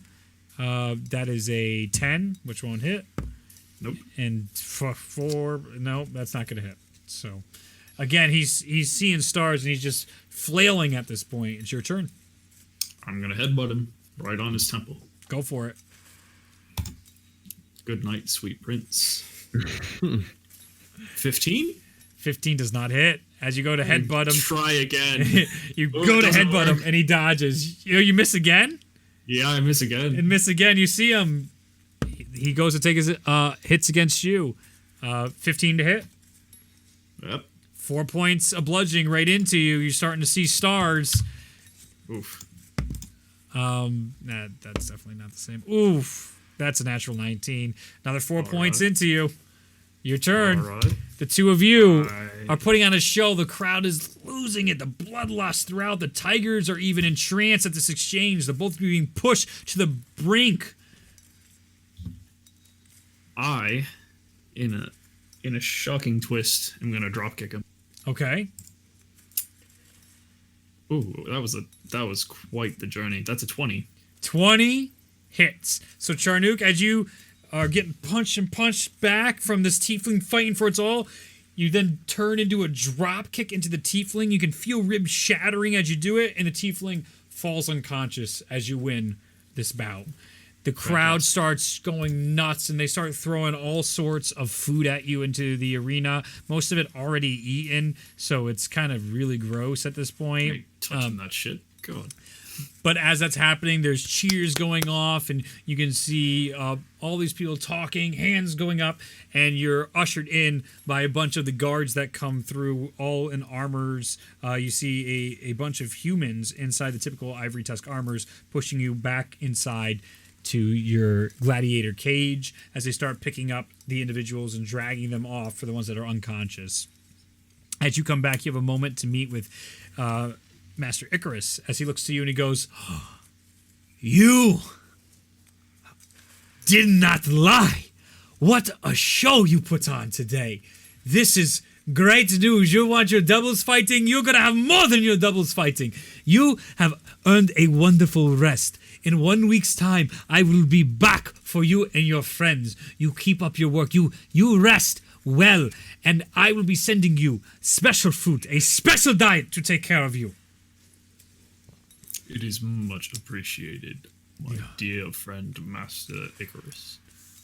Fantastic to hear. I will see you very soon, the last of his clan. You are going to have a wonderful partnership. As you are then taken back to the mines over this time, right around the time the crew is coming back for their final work of the day.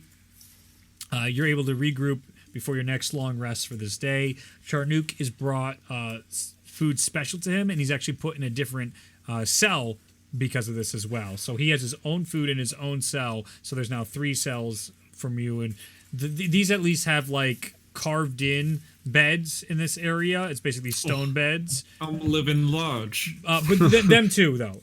Yours actually has a straw on yours. You're welcome. The rest of them are just, they were already there, is what I was trying to say. They have peasant beds. Yeah, Yes, you have very I uncomfortable understand. beds. I am the king. All right.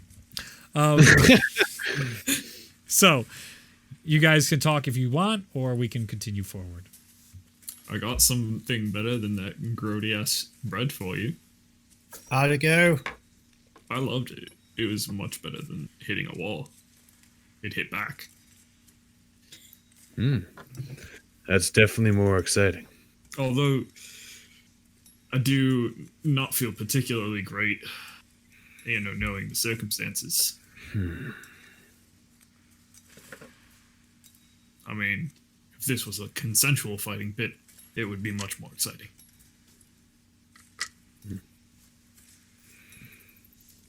Yes. How did you guys do? Did you have a good day? Oh, yes, it was wonderful. Got to hit rocks all day. You know, just another day, mining crystals and gems. You know how it is. Well, you know, Tellius, pretty soon, in a week's time, you might be mining something else. Like your fists out of people's faces. Alright. I have no idea how I'd fare in a fist fight. I'm used to using blades and such, but, You're pretty strong. You could figure it out, I'm sure. I mean, I'm pretty strong, but that's about it. Like, I'm just a big target right now. Well, I'm definitely not going to bring Tyria. Yeah, I mean, like I said, I'm just a big target right now. But I appreciate you trying to get me out of here. Maybe I could schmooze one of the peoples to give me like a shank or something. Anything really would do. Well, I mean, there are weapons all around us. They give us picks. They give us chains. Those pegs that are in the ground, you kick them a few times. I bet with enough time, they'd come out. You got a right. There are all kinds of weapons all around you. The world is weapons. You just got to be. Appreciate it. Oh my god. Poems from a serial killer. Yeah. The The world is weapons. weapons, he says. Yeah. God, fucking psycho. We're mining giant rocks from the side of a cliff. Nope. Yeah. we got half of that. Yeah, I wasn't sure if Reed was saying Giant yes rocks. to what Zach said or I was like, I got nothing. Yep. That's okay. Sorry. You're good. All right. For a second, I was like, oh, is it me? Are you all gonna go sleep? Obviously, then, if you have nothing I else to want to talk make about. sure that my friends who look particularly exhausted get this good food. You will have to throw it through the bars at them. That's fine. I'm good at throwing. All right. Give me a dex check. Dex, you say? Yeah. What is this? I've never heard of such a thing.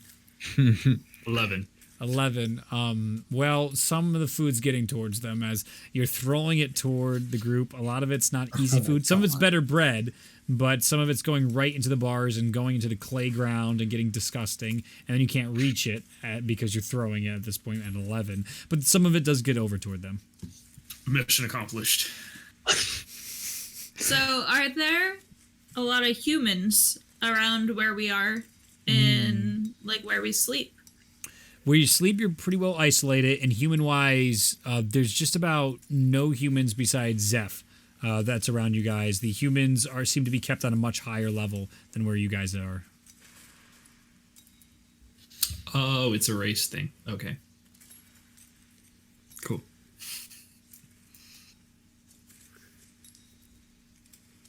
Okay, so you guys, do you eat Charnuk's food? I'd imagine if you give it to you. Yeah. Yeah. What we can. Okay. Go ahead and take your long rest. As you wake up the next day, Charnuk, from the food you ate, your HP is up to 50 HP, and everybody else's Hell HP is yeah. up to 30 HP. Everyone else is 30. Yes. You're welcome, team. Waking up in the morning, I'd say everybody give me intelligence checks. My favorite kind. Oops. I missed all of that. I have no idea what happened. We'll get. I'll catch up in a second. Go ahead and make an intelligence check, Thank you. Telius. 16. Okay. 16. 15. 4. 5. Or Hana, you're the one that is able to deduce because you weren't affected by those rocks, and then after getting some of the good food from Charnuk, they're putting something in your food.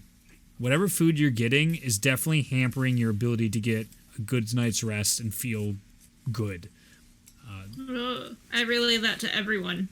You got it. You're all now aware that the normal food that's served here is definitely impacting your health in some way or form. Well, it's not like we can go without food. We have no way of purifying it. Our best bet is getting food from Sharnak and getting more people into the pits there, I guess. Yeah, I think I can only fight once a week. Was it?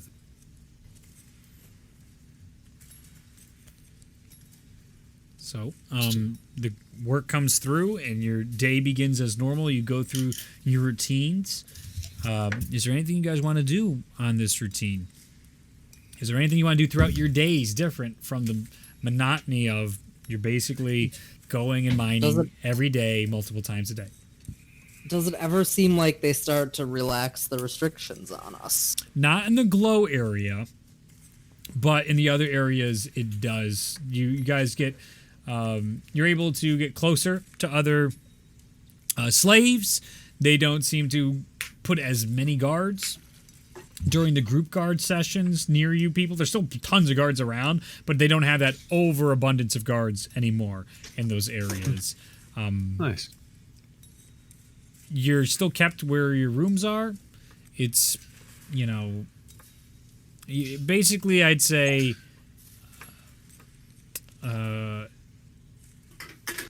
your best bet would be with the group sessions. Everything else is just pretty similar. You're pretty isolated. You're kept to doing your mining. And the big group areas, Tyrion would feel he'd have more options to maybe mingle and talk or try and surmise more from his surroundings. In one of the group areas, Sure. does it ever look like there's any tieflings nearby? Certainly, definitely. Or more demonic looking races? Oh, for sure. For sure. Devilishly handsome is a better term. Mainly, there's about 3 tieflings in this area. Some of them missing teeth. One of them still looking as posh as ever. You can see the one that has all of its teeth still definitely seems to know what's going on. He seems to have his own little trade going on, his own little business from the sorts of it, as you've seen hands exchange goods, and he doesn't really work as hard as some of the others, and the other tieflings seem to be his middlemen down here.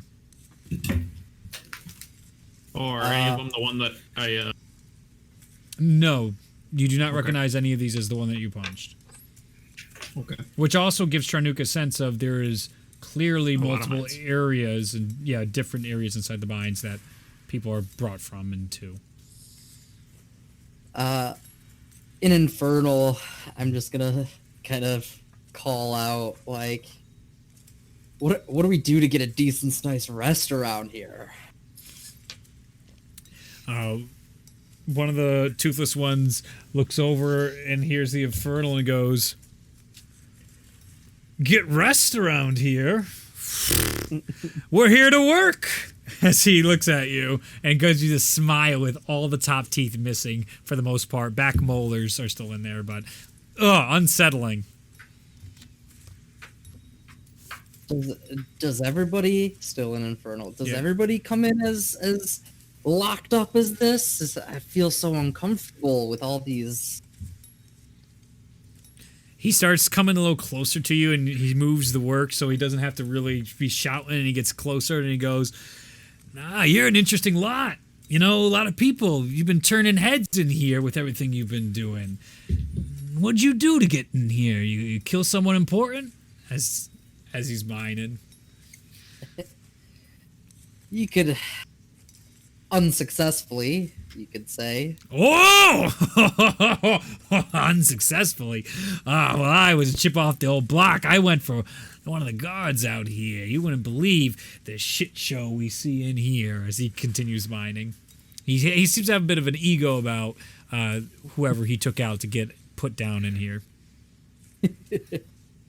Yes, well, I'm certainly regretting it now. Well, this place will give you plenty of time to think about that. As he's continuing. I noticed not everyone has the collars. Is there anything I don't understand? My entire group seemed to come down with them, but it doesn't seem like everybody has them. From what I gather, Those are the super special collars. They only give them to those that they want to keep close and spy on. They say it makes you read your mind. As he leans in closer with bug eyes and then continues. He stops for but a moment to make that message, then takes a peek over to one of the guards that looks at him for stopping his workflow, and he gets right back at it.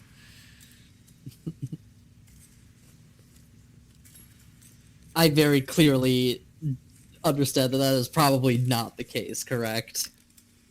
Correct. But what if, though? You probably would have been beaten to shit already by all your conversations out loud by yourself. You can surmise, if that was the case, why haven't you been beaten to death yet? Who's the big shot over there? Kind of nodding my way towards the merchant looking one. You want to get up and close with Smiles. Nobody gets up and close with Smiles. Why are you asking? Why did I just lose audio? Did I knock it out again? Oh my! No, yeah, I did. Oh no, the mining, the endless loop of the mining. That's why it stopped. Sorry, keep going. Oh, I don't think I'm even listening to that anymore. Well, he seems like he's got his own little thing going. I'm just curious on how to get a part of that deal. You want to get a part of that deal? Give us, next time you're here tomorrow, give us a cut of that nice food one of your friends has. And you give me some of that, I'll give some of that to Smiles, and we'll see what he has to say about it. I'll take it under consideration. Thank you. No, it's good. Thank you for sharing so much interest and intrigue, and they might be able to read your mind. But it's who can read your mind. That's the key. As he continues going. It's a weird train of logic coming at you right now. You know, he's going somewhere, man.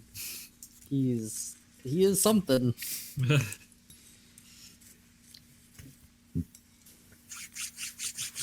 All right, everybody else? Are there any other friendly looking lads? I'd say there is a gnome inside here that looks pretty friendly. It's small, arms very tiny. He's doing his best to mine. He's doing like 1/10 the output, but he's definitely put into one of the corners. He seems to have a smile on his face, and has a humming to his tune as he's trying to mine. All right, I'll hum along with him and ask, kind of tune is that you got singing? When he hears you humming along, you see his eyes get excited, and as he looks at you, he starts whistling a little more, and he starts doing like testing your skills to see how well you can whistle as he starts hitting different notes. All right, I'll see if I can harmonize with him there. All right, give me a performance check. Harmonize with me, maggot. You sound just like a majestic eagle. Performance, you say? Yes. That's a 24. Oh, you are harmonizing with them. And you see, as you guys start going through all this stuff, it starts getting louder and louder to the point that one of the orcs come over and you just see this like, and you see both you, well, at least him, he cuts off for a second and the orc leans back and you see he goes, That's incredible. I don't know anyone else that can harmonize with me. What's your name there? I'm Tellius. What's your name? My name is Kraut. Kraut, eh? Yeah. What'd they put you in here for? Well, when I was up topside, I was part of what they would call the helpers. And we help people out, you know? When people are starving, you try and help them out. And I got caught helping out, and now I'm down here, and I can't pursue my musical hobbies as much as I could up there. You have all this time, but no instruments, no acoustics in here. I mean, you hear the walls and the constant pinging and the panging. So you got to put on a performance in here, as he points to his head. That's where the jewels are. Right. There's certainly more beautiful jewels than what we're mining here. Um, well, I appreciate seeing you so happy. Are there more like you in these mines? You know? Nope. They call me crazy. They think trying to enjoy what little miserable life we have left is a bad thing. I gave up long ago trying to get out of here. Been here for about 15 years, so I don't know what the point is. I admire your philosophy, and next time I see you working here, I'll try to strike up my own tune with you. Appreciate it. Pass the time. Maybe another 15 years quick. Not planning on staying here for nearly as long. Suicide's always the best option for those. As he keeps mining. I'll just walk away. He was so happy, and then it just went to like a place, and I. Yeah. Yep. All right. Anything else before you go through another day? Are we going to like the same exact? For the most part, yeah. For the most part. Okay, so very, very, very subtly. Could you repeat? You cut out there. Okay. Very subtly, every time we fill up the bucket and we drop it off to go get another one, Yep. I'm gonna just like nudge the stake in the ground ever so slightly, like Sure. just as I'm walking by, just give it a little tippy tap, Okay. and I'm just gonna keep working. You, unfortunately, after about 2.5 hours, you see one of the orcs come over, and he pushes it back in place. He seemed to have noticed it got out, but he doesn't notice that you did it. He doesn't notice that you were doing anything like that. But you've now noticed they keep a little eye on that, but not that strict an eye. All right. So there might be a pattern or timing to get just right, and hopefully low rolls as well would be helpful. Right. So I'm gonna try and figure out like when people aren't paying attention and do it in like a not stupid way. Give me a perception check. Okay. Perception. That's gonna be bad. 6. Over Hard the to tell. day's work, after he readjusted it, you're having a real tough time getting a clear shot of what's going on, because now he's alert and he's trying to see if it's loose and it needs to be replaced, and he just keeps an eye on it for the rest of the day. So maybe tomorrow you'll get a better feel for once, maybe it'll be replaced by tomorrow probably, and then everybody will be back to that comfort zone, and then you can start testing the waters again. Yeah.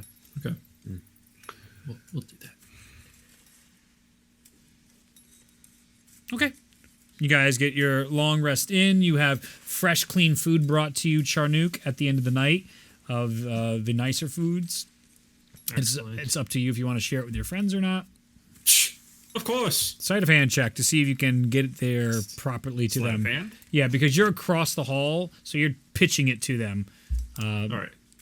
To try That's and better. get their It's a food. 15. 15. You guys get a majority of the food. Gets to them this time around. Not so much of it goes into the Nice. ground. Nice. Nice. Give me some of that. When you take your long rest, Charnook, you're up to 85 point maximum, and the rest of the crew is up to a 50 point maximum. Nice. Oh yeah. Tyrion's feeling healthier than he's ever felt.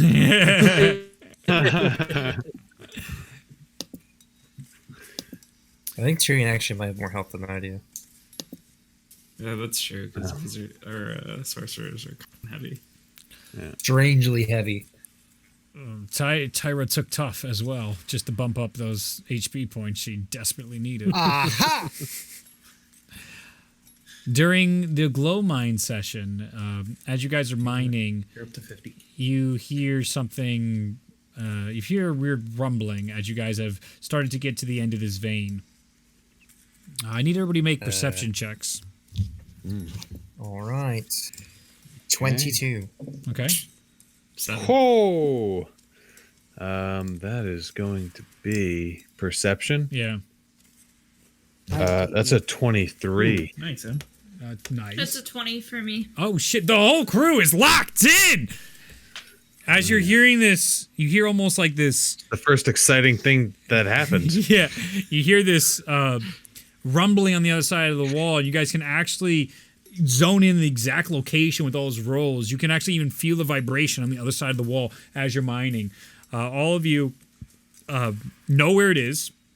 The closest to it right now is Ignatius, but the rest of you know exactly where it is, and you can, if you want to try and check it out, you can do that. If you want to investigate it more, it's up to you guys, whatever you want to do. But now you know there's something going on the other side of this wall. You're very aware of it. And remember, you guys are a bit spread out, but you're not that spread out from one another. The guards will probably think it's odd if you all congregate immediately together on one thing, but maybe if you play it off a different way, it won't be as odd. Yeah. I'll kind of like give a quick hand motion to like tell everybody to stay where they are and go investigate it. Okay, as you get closer, give me an investigation check. Okay, that is a 13. 13. As you start feeling up the wall and feeling the vibration of it as you're continuing to mine, and basically what you're doing is you're mining away and you're finally getting to the wall, and the glowstones are falling away from this vein. And as you push your fingers in, you're actually able to feel through to the other side. You actually push through the wall and you can feel hollow on the other side. Ooh. Okay, I'll kind of go away from it and, get closer to the group. And who is the closest person to me? I would say on your left side is Tullius, and then on your right side is Tyrion. Tyrion's like the peak. Think of it as an arrowhead, and each of you guys are like spread out along the arrowhead. And then it's like Orhana, then Charnook on the way of the triangle. So arrowhead. You're like on the middle left side. So Tullius on the left side of the arrowhead. You're like in the middle of that left side. Okay. I'll go over to Tullius and tell him.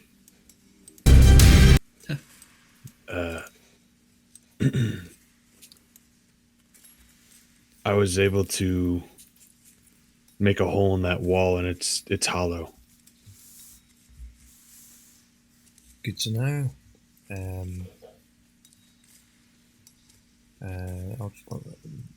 Let's try to pass that information along. Yep, And I'll you keep an pass eye out it. for the guards' Yep. movements throughout the day. Go ahead and make a deception check for me, Tullius. Right. 15. Easily enough, you guys are able to pass along the information, keep tabs on the guards. They don't seem to notice the tiny hole you saw inside there. As you return, you can even hear some sort of that vibration on the other side. It sounds like some sort of... give me a perception check. Ignatius. Okay. Ignatius, sorry. Ignatius. Okay. Ignatius for that. I'm sorry. I meant Ignatius for the Okay. latter part of that. Perception. As Tullius has now informed all of you that there's a little hole in the wall. That is a dirty 20. Sounds like growling on the other side. Ooh. Growling. Do it.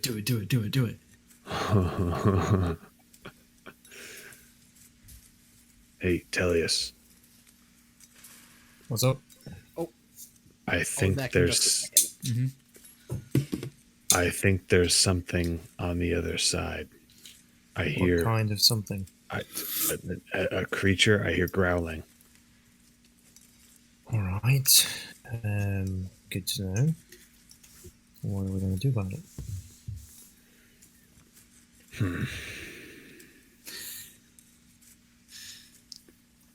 Yeah. I mean, We're still working. Yeah, of course. No, yeah. unless you tell me otherwise, man. That's the best way to get punched in the face. Yeah. I mean, we accidentally stumble across a hole in the wall. I mean, it's not our fault. Of course not. So I think we can plead innocence, but we're slaves, so they might not care. But also, what good would it do anyway?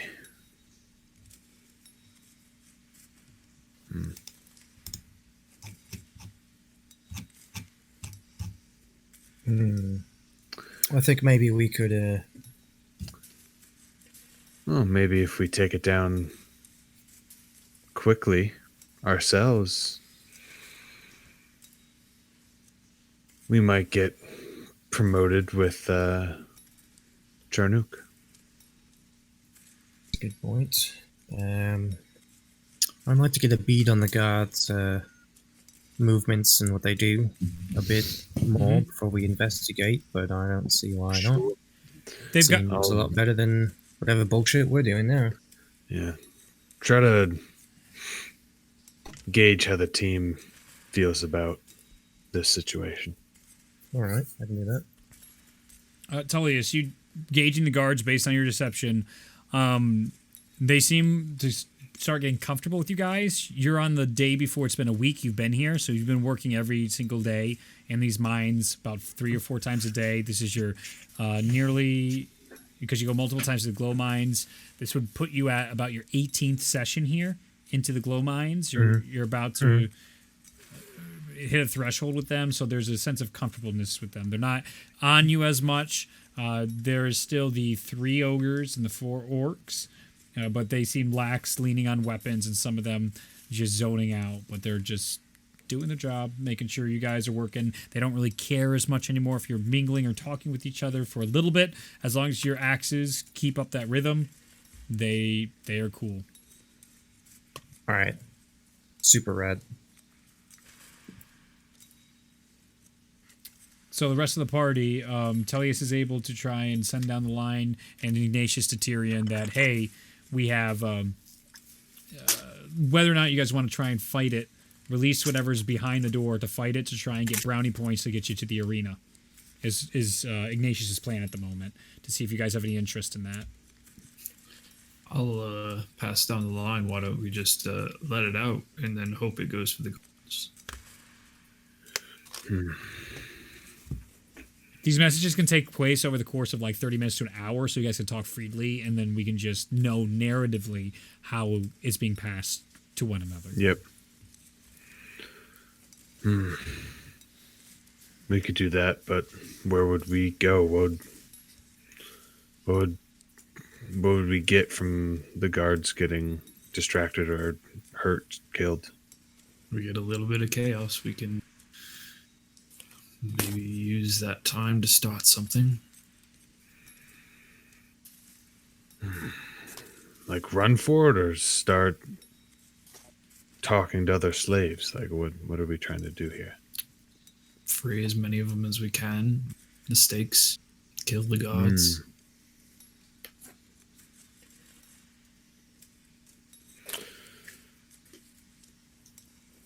You think it's time for that? I don't know. When else are we going to get a chance?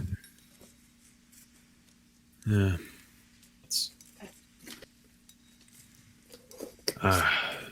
Hitting these rocks is driving me crazy. I say we give it a go. If it goes for us, we kill it. If it goes for them, we go along with it.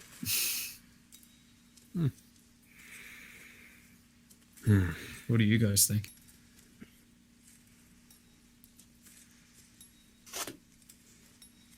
Regardless, I'd like to set it free or see what's going on. Yeah. All right. Don't know what it is.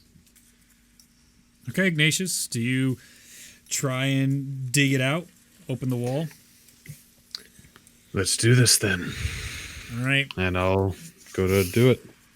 As you start breaking down the wall, you hit a part eventually, and then all of a sudden, like where you hit, you're making a little progress, and then the whole wall just starts to crack, and you can feel the hollowness. It goes over to Tellius' wall, and Tellius steps back. I start backing up. And you see the stones just start dropping and falling. You see the orcs get up. They take their weapons out. They have glaives on them. The other ones have the orcs have the glaives. The orcs The orcs have the glaives. The ogres have their big smashing. You see them start shouting at one another, and you can see their eyes wide awake as it's falling. And as the stone falls down, you can still hear that breathing. Both you and Tullius are closest to it. Tyrion, Orhana, and Charnook toward the back as you guys just breathing, and you can just hear this other breathing on the side of the wall. The orcs actually start coming up and pushing you guys back. It looks like they're actively trying to protect you guys right now. Hell yeah. As they push you back, the ogre that pushes your arm back, or pushes his hand in front of you, Ignatius, as he gives you this look and tries, and you hear an orc, he goes, "Stand back!" The other arm holding the glaive, you see a jaw come out and just grab onto the arm and snap his arm off. And and Tullius, you see it first as you see a madness lizard folk come out, and you see the purple eyes. You see all of the markings of madness, and you see it coming out towards you. I need everyone to roll initiative. Oh shit! I didn't get what I bargained for. 17. Oh my god. 7. I roll with advantage because I'm a barbarian. I roll time. So I got a 3. New That's music. fine. I rolled a natural, Oof. So you still so get, you I still got a get, full. you still go before me. Take that, nerd. Yeah, nerd. Oh, see, look how nice this is. You can put all the music in its own category there. This is great. It is. All right, so come back to you guys. Where am I? Voice channel. All right, let me roll their initiatives.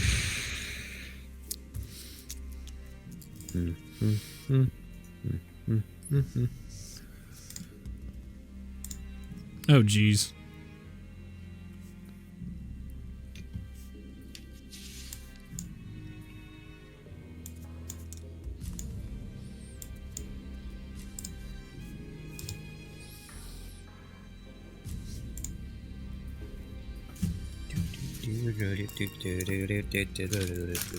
I'm gonna punch this thing in the face, yeah.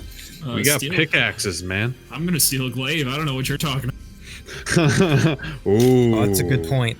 That's a great point. Ooh.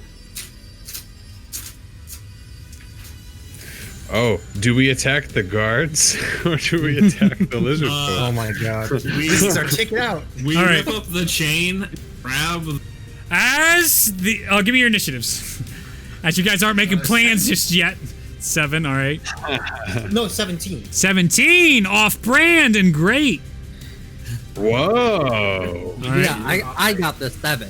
Oh, okay, there you go. Oh, I see. You guys just swapped. Okay. Yep. 16. 16. I had a 3. Oh, geez. With an advantage? Yeah, I rolled a 2 both What the times. hell? I had 4. 4. 4 with Orhan. Zach, the point of being a barbarian is having the high initiative. Yeah, that's the only point, right? Well, no, but like That's a good point. you get advantage, so you have high initiative. Yeah. Okay, I got know. it. Swandered. So the lizard folk actually goes first. I got a natural 20 for some of their initiatives. So you see the lizard folk that bit off the individual's arm. You How see many them are there? there in front of you right now. You can see 6 of them coming out from behind the Oh, wall. shit. Oh no! They We might want to run. they look like partially decayed. They look old as they're coming out. And Oh. there's all these markings of madness all across them. Their skin itself is faded. Whatever color it is are extremely faded. As it's bitten off the arm of that individual, he goes to take out his knife, and it smacks the knife away, and it's going to take 2 biting attacks against it. Yeah. That's a hit. Oh, this guy's dead. That's a hit. So dead. As it bites into it, the first crack goes into its neck, and you see the orc just look to you, and he goes over to your chain, and as he's reaching for your chain, he's trying to release you from your chain, and then life leaves his eyes as the lizard folk throws him over to the side. The second, Oh my god! the second This lizard is how we folk. die. No, This is how we we gotta actually run. die. No, Is it- we have to run. The second lizard folk is slowly coming up to one of the ogres, and you see its jaw come out wide, and like half of its face missing Two-Face style. The features stretch as it jumps up, and its claws go right into its gut. That's a hit, that's for sure, and that hits.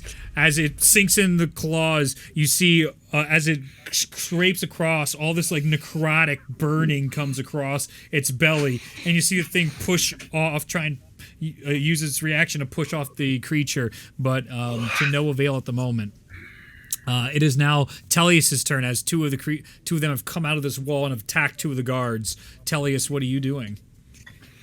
Are there any weapons around?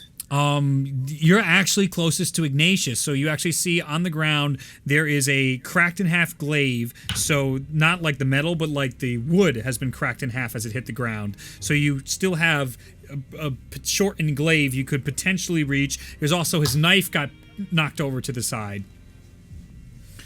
Huh. That's handy. How easy would it be to lift up the stake? Yes, free. I would. You can try and find out. Run over to it and try and lift it out. I want to grab that half glaive before though. So it'd be an action to pick up the weapon, or an action to try and test pulling yourself out of that. All right. I'll yell at Ignatius, "Get that glaive!" And then I'll go over to the stake. All right, go ahead and make and try to lift it out. Go make a strength check for me. As you see two lizard folk looking at you, running away as they're coming out of the sides of this wall. 12. 12. As you struggle and you're pulling and pulling and pulling, you feel a little give, but you probably need some help right now with the 12.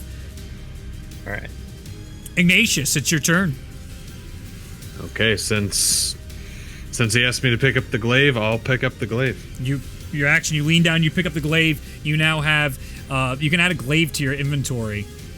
Sure. We know it's half, but it still does the same damage. It's going to be 5 one-handed. feet instead of 10. Exactly, right? Exactly. Yeah. You got it. Same damage, just 5 feet instead? Yes. Yep. Okay. Yep. All right, I'll do that, and then I will go over to where Tellius is with the stake. Okay, and you're able to run over there as you have the glaive in hand, and you guys are looking at the stake. The guards don't seem to be paying any attention to this. The ogres are just focused on the creatures. It is now all three of the ogres' turn. The ogre starts swinging, taking their multi-attacks. That misses. That's not a good start. That's not a good start. That's not a good start. Okay, the first one... Oh god. The first one is smashing and smashing at the ground, but the one that's on him is just slowly crawling around it, sticking its fangs, and these horrible ogre sounds are going as all this evil ichor is coming out of him. Second ogre's turn. Oh my god, that doesn't hit. Dude, Ragnar's gonna kill us. Dude, Yeah, we're not come at fighting. We're running. He's gonna come out of that hole and murder us all. Over.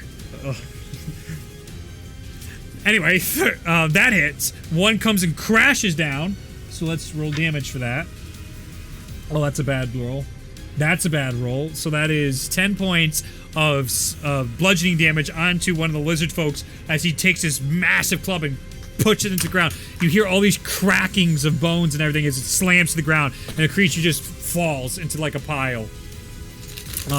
Next is the next ogre. That hits. That hits. There we go. That does not hit. So, wow, that's horrible damage. Is that for real? Okay, that's for real. That's 9 points of bludgeoning damage. There we go.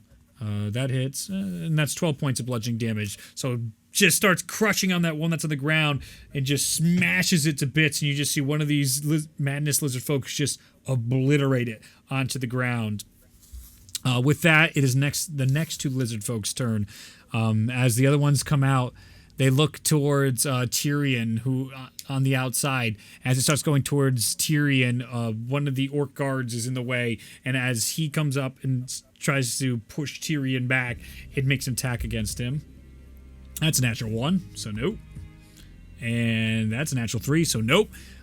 He's parrying the blows. The thing's biting at it. He's like pushing it back at his distance with his glaive, being smarter than the other orcs. The second lizard folk is going to attack one of the ogres, the one that's already damaged. You can tell there's like these pack tactics going on. That hits. That does not hit. That's a natural 1. Reed's killing it on the rolls today, and that hits. So you see 2 more cuts into this thing, carving into him. As he bites into it, there's still the one on its belly. This one jumps up behind it and starts scraping at its neck and bites into its head, doing massive damage. You see the ogre swaying. It's still up, but badly, badly injured. Tyrion, it's your turn. I'm gonna move towards the group by the spike. Yep. And ready a help action for him to use at his next. Whoever next attempts to pick up the chain. Okay. Spike. It is now the lizard folks and orcs' turn. The last remaining lizard folk. They go after another one of the ogres. That's a hit. That's a hit. That's a hit. That's, oh my god. Those 2 lizard folk just devour that ogre. He just gets ripped to pieces as they start hitting him. One of them was a crit, so that he just ripped apart as he's smashing at them. They're biting into his arm, and you see him go down to one knee, and then it comes up at his neck, and then the other one takes its claws and puts it right through the bottom, and it's just this horrible gore as it topples to the ground. The orcs, though, get their turn. One of them's dead, but there's 3 remaining. That hits. That does not hit. That hits. So with its glaive at a distance, as they're slowly coming towards the group, like he's moving side by with his feet like 1 foot behind the other, and just stabbing at his glaive into one of the lizard folks that was parallel or opposite Tyrion before he ran away. He's stabbing into that. You can see the cuts going in and pulling out all these like purple blood that's just splattering onto the ground. And he gets a few hits in. The next orc. That's a hit. That's a hit. That is not hit. So this one goes up to the lizard folk that are on the orc, the 2 of them right now, and he stabs in, and the one on its belly is just holding on, but he did damage.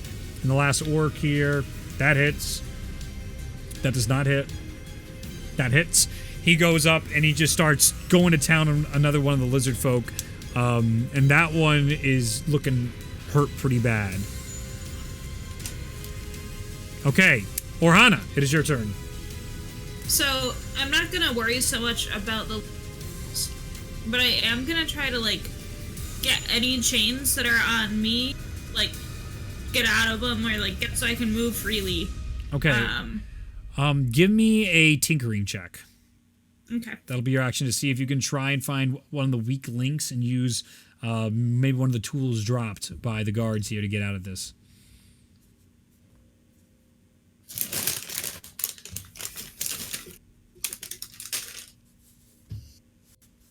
I'll give them back. Don't worry. I was just giving you space.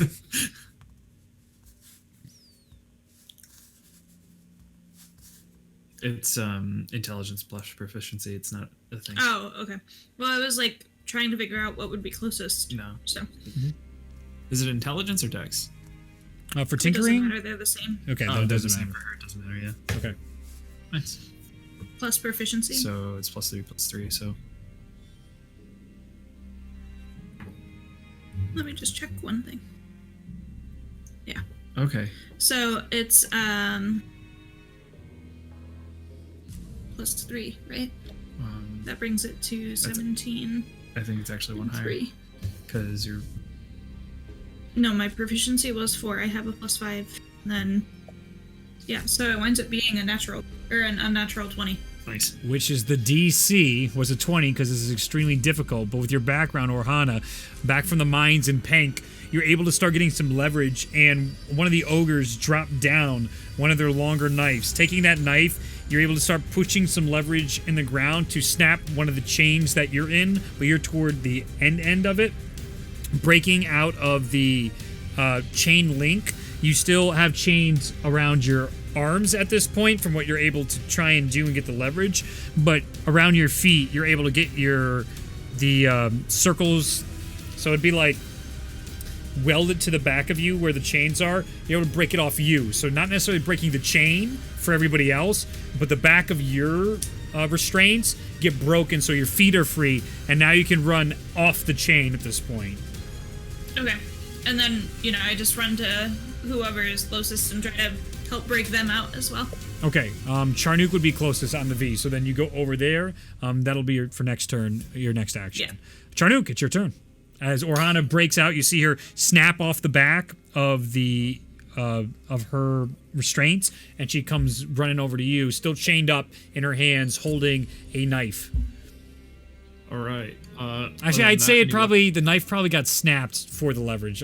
I'll roll for it. Actually, let me see. No, it didn't. It didn't snap. Okay, so she still has the knife in her hand. Good. Okay. Any other weapons near me on the ground? Where you're at, I'd say you would have to move about 20 feet into the really close range with the lizard folk, but some of the bludgeoning sticks that the ogres had are on the ground. They're dropping them as they're getting killed. Yeah, screw that. I'm gonna make a running.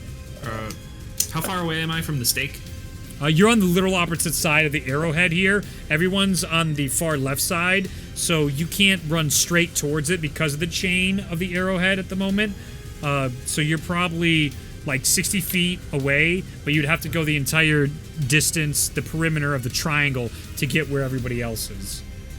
Okay, so I guess I'll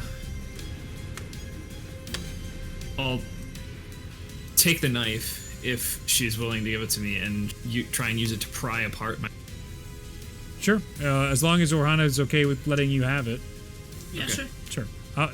She tosses it over to you. You grab it in your hands. You can try and make a.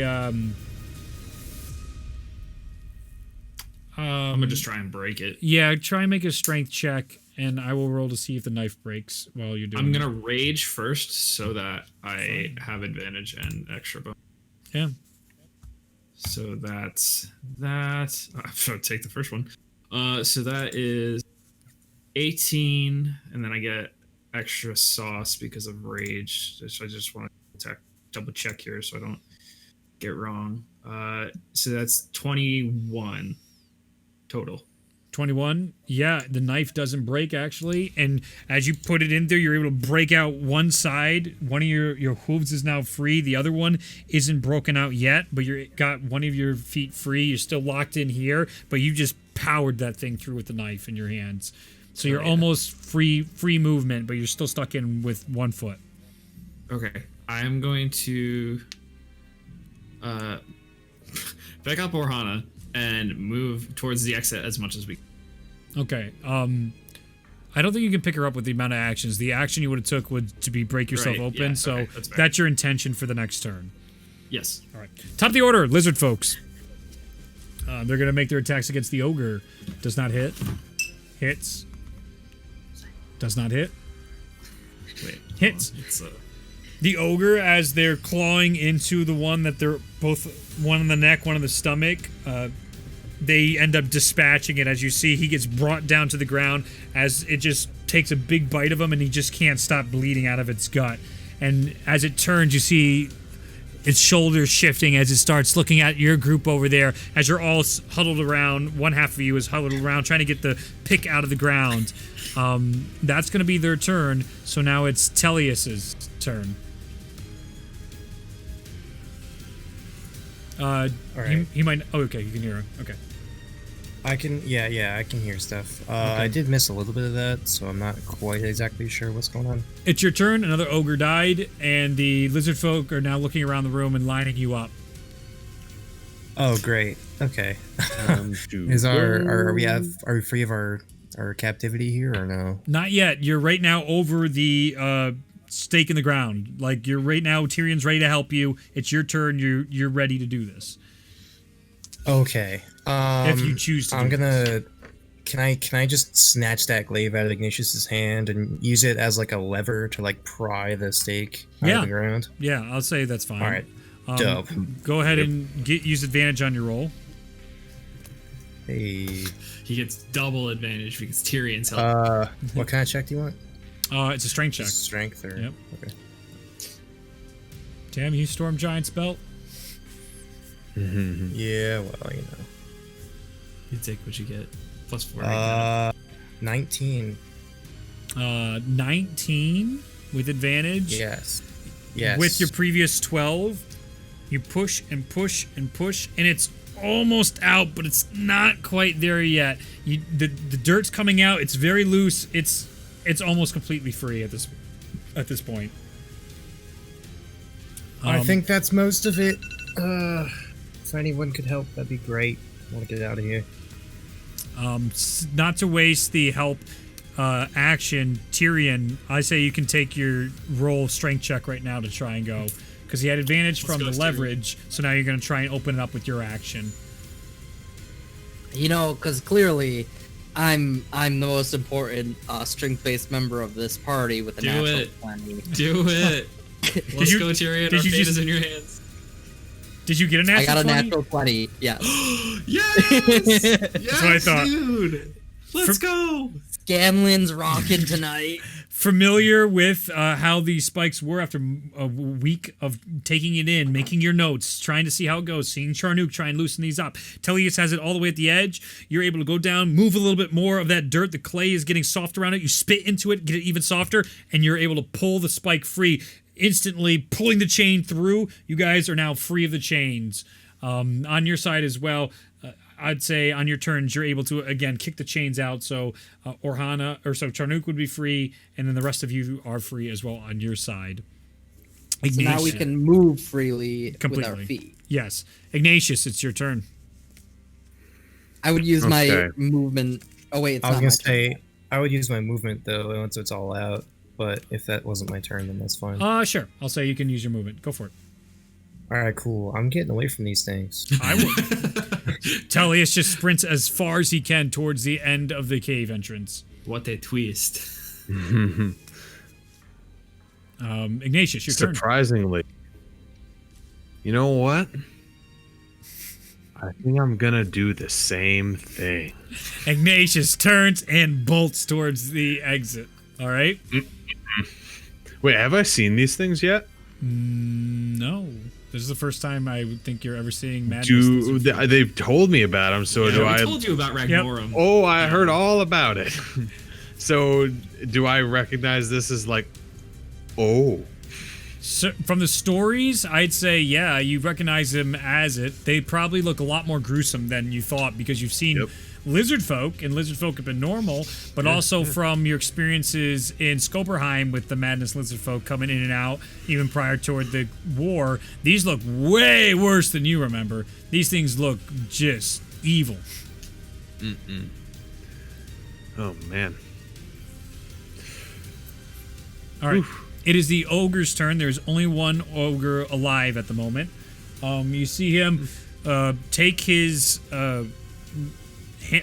bludgeoning weapon, and he puts it across and he tries to start pushing him back as he looks over towards the orc, and you hear in Orcish, you would hear this as you're running. Actually, give me a perception check, Ignatius, to see if you can hear what the ogre says as you're running away to the remaining orcs.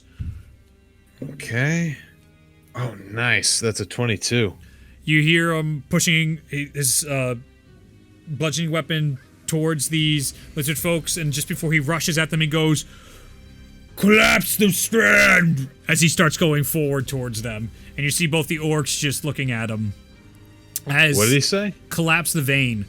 As the ogre starts pushing towards the lizard folk, it's going to make some attacks. 18, that hits. Natural 18, that hits. And then... yeah, that hits. Okay.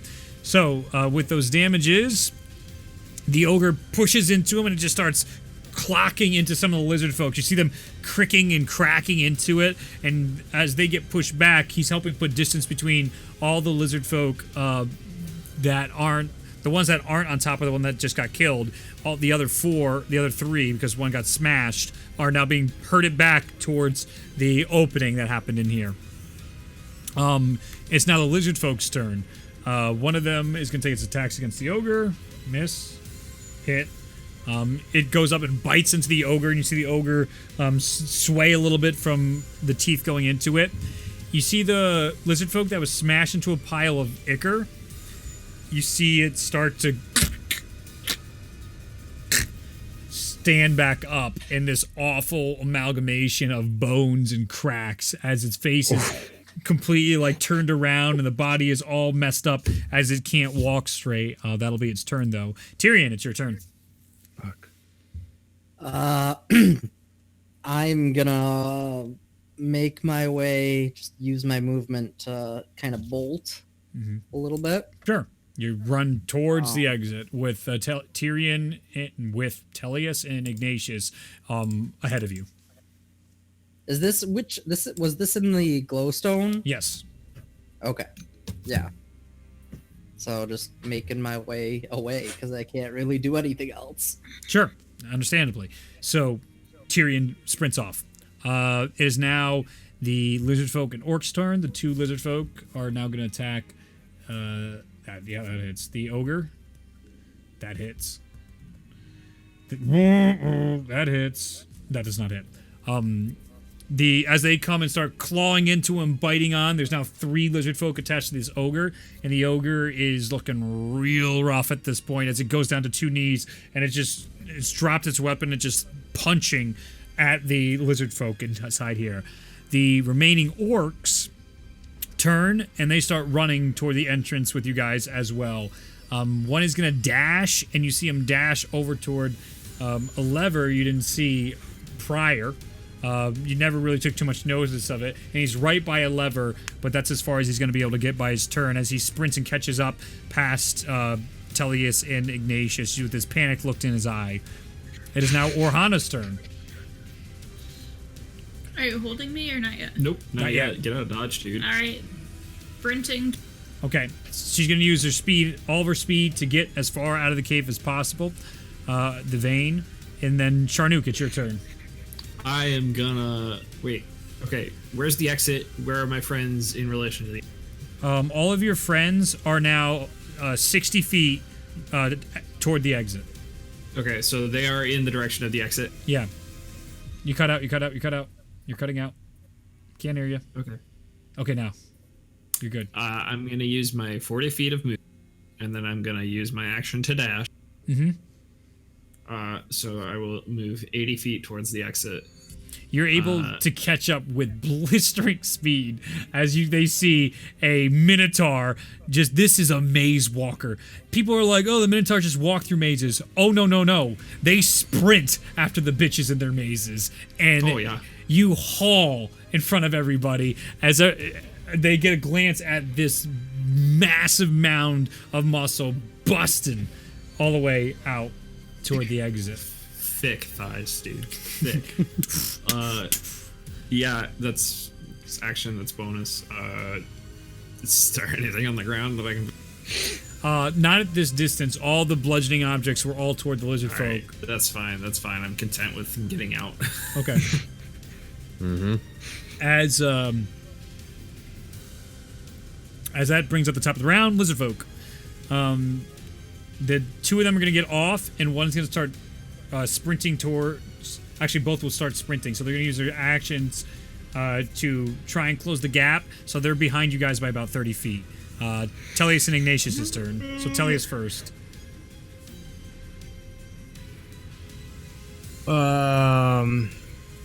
Is everyone caught up yet or no? Yeah, basically everyone is cleared to the exit. There's one orc that's just turning the corner and about to try and pull a lever right now.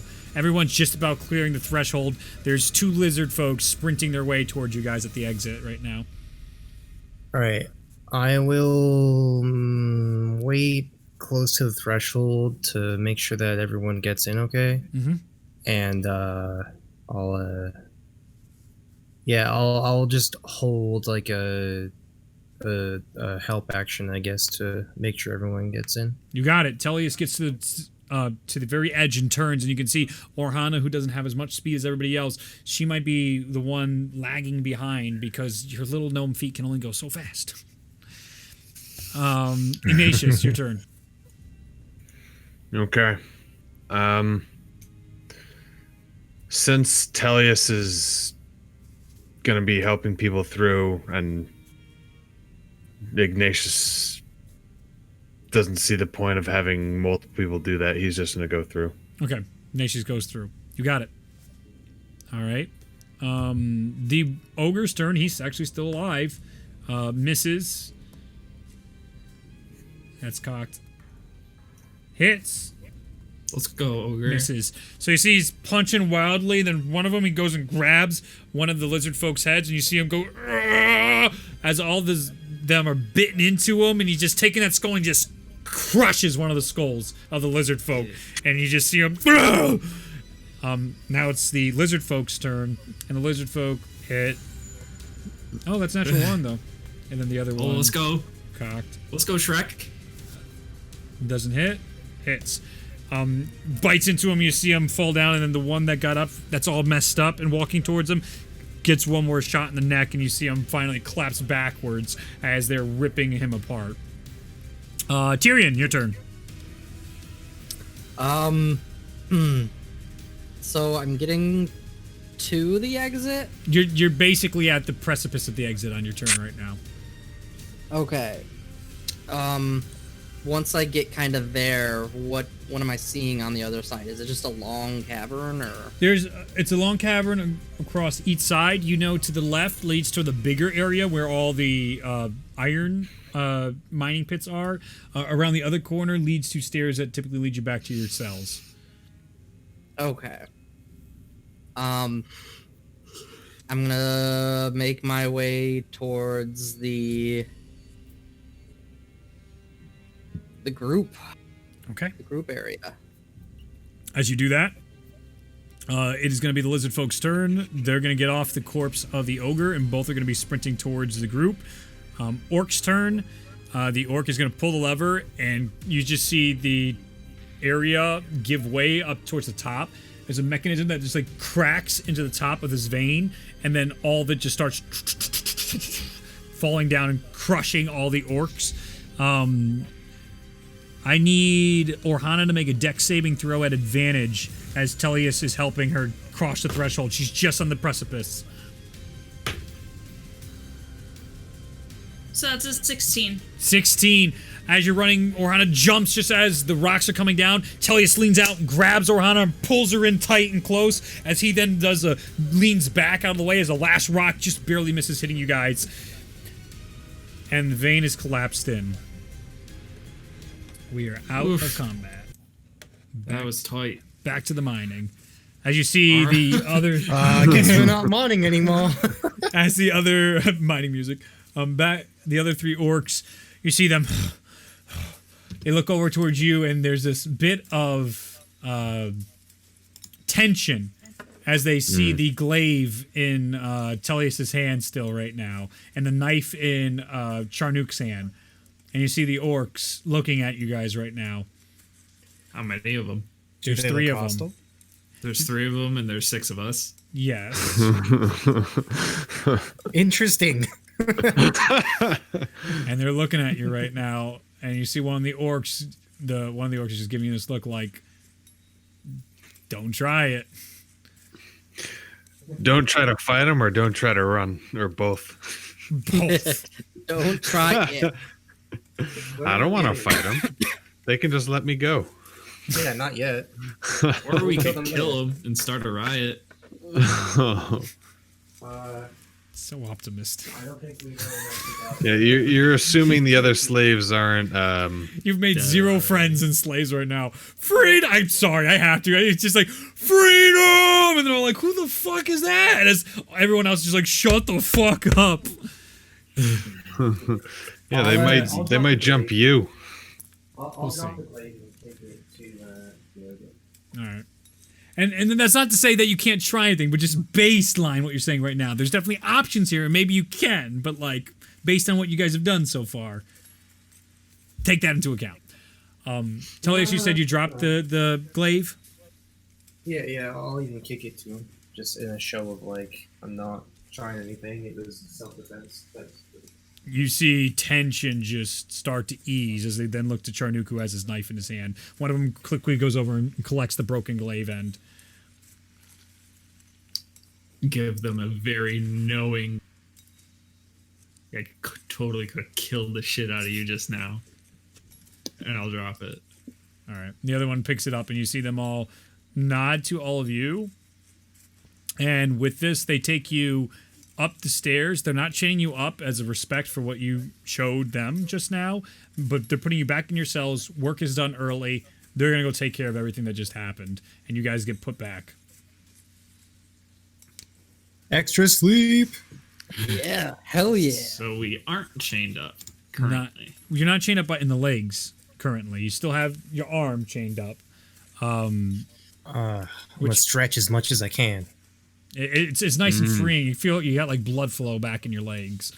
I forgot to do this earlier, so we can do it at whatever. I mean, now works fine, but just for the sake, it could have been any time this week. Tyrion, your buddy Kolveth. During one of the times you have of quiet, Kolveth comes to you, and he's just sitting down inside this area.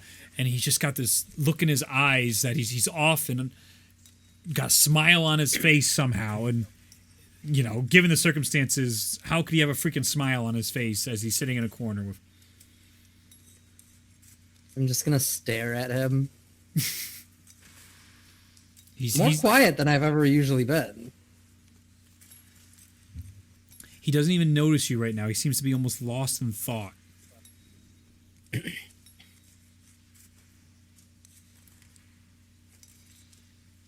Are there any like little stones or chunks of dirt on the ground? Of course. You live in the worst Take one place. up and just throw it at his face. As it hits into his face, he goes, gah, gah, oh, shit. As it's like in its eye right now, he's like, fuck. And he can't get it out of his eye. Just like, Tyrion.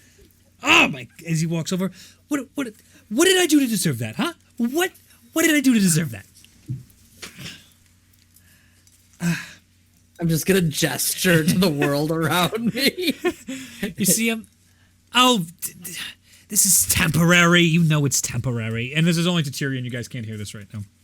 He goes, you heard what she said to you. I can't stop thinking about it. Tyrion.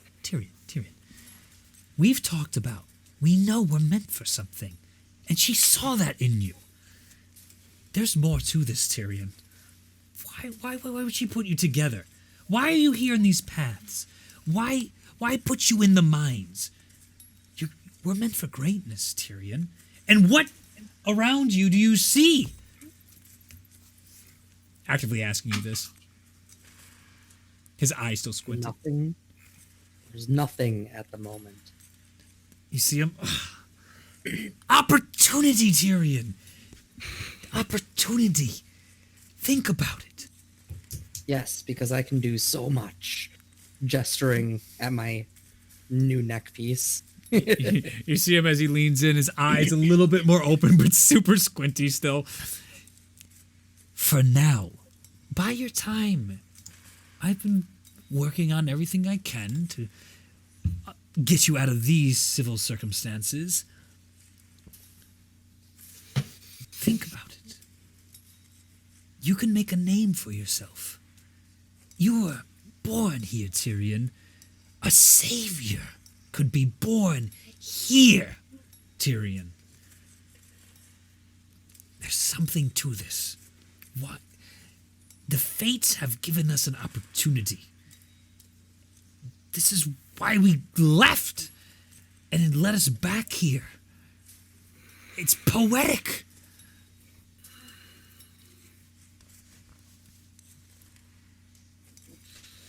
Talk to me again when I can use my ability I'll see what I can do to try and fix that. As Tyrion or Kolvith leaves you, Tyrion, and you see him go into a bird and go through the bars and out.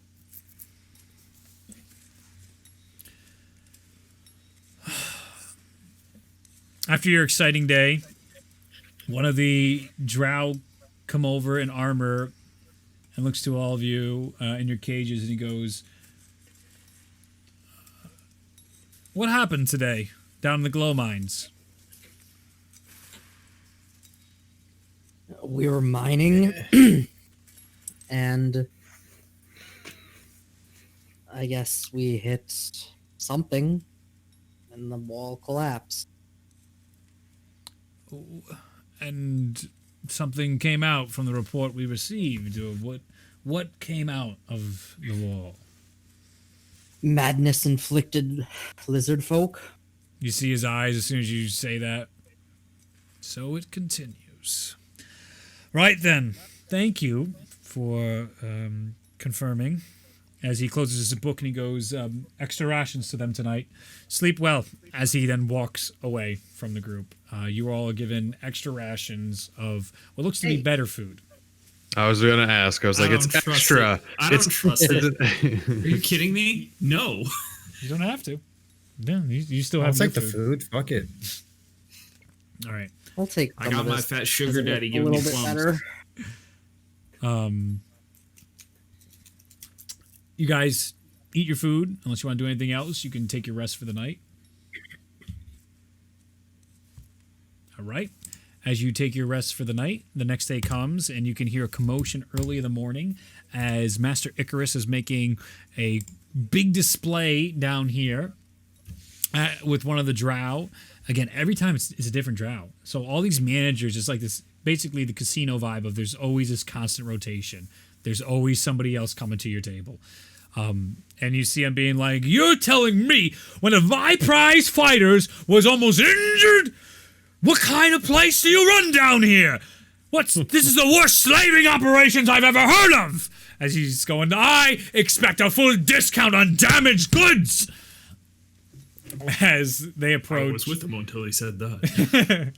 as he approaches, he looks at you and gives a little bit of a wink, and you see he's like, "I can assure you, nothing is wrong. Nothing is wrong. You want to charge me outrageous numbers for this creature over here?" He goes, "You want a lizard folk? Lizard folk aren't easy to come by in these parts." And an eyebrow goes up. "Oh, really?" He goes, "Lizard folk like him." And he goes, "I'll give you 5,000 gold pieces." And you see him, no, you know that's he's damaged goods, as he's pointing towards Tullius right now. And Tullius, you're definitely sitting there like, what? Wait. Damaged. And let me make some rolls here. Oh, my good punching arm. Oh, Listen, I March! don't know if I'll ever be able to punch the same again. You see him turning just like 4,000 gold pieces, 4,000 to make up for my losses here. And you see the drow just like, "Oh, if it'll get you out of here, fine, 4,000 gold pieces." And you see him, "That's a good deal, fantastic. This is all right. We have doubles today. My two large champions. You will be here in the pits in no time. At the end of your sessions today, your good friend, the last of his kind, will be able to teach you the whole way about it. If you have some wins inside you today, I'd say there will be great fortune awaiting you in the future." All right then. Terrific. Wow. Holy shit. Who was that? Is that Ryan's place? Was that somebody in your house, Ryan? Oh my God. Nope. I'm sorry. That was your dad from 2 stories up. That was definitely not my dad. All right. Yeah, that wasn't my end. My dad I don't goes- know whose end that He goes, came "Mamma from. mia, fuck!" as he sneezes. That's how my dad sneezes. All right. You guys no longer are working in that vein of the glow mines. You have been put onto iron ore, and you have been to some of the clay in here. It's bitch work just digging up clay for them. But that's what they have you temporarily on for the rest of the day. If you don't want to do anything, we can get to your escorts to the fight bits. Any interesting looking friends around? Similar faces. Again, it's the tieflings are there, the Goliaths, the gnome that sings to himself. It's all the same similar folks. Nobody new seems to really be in this area.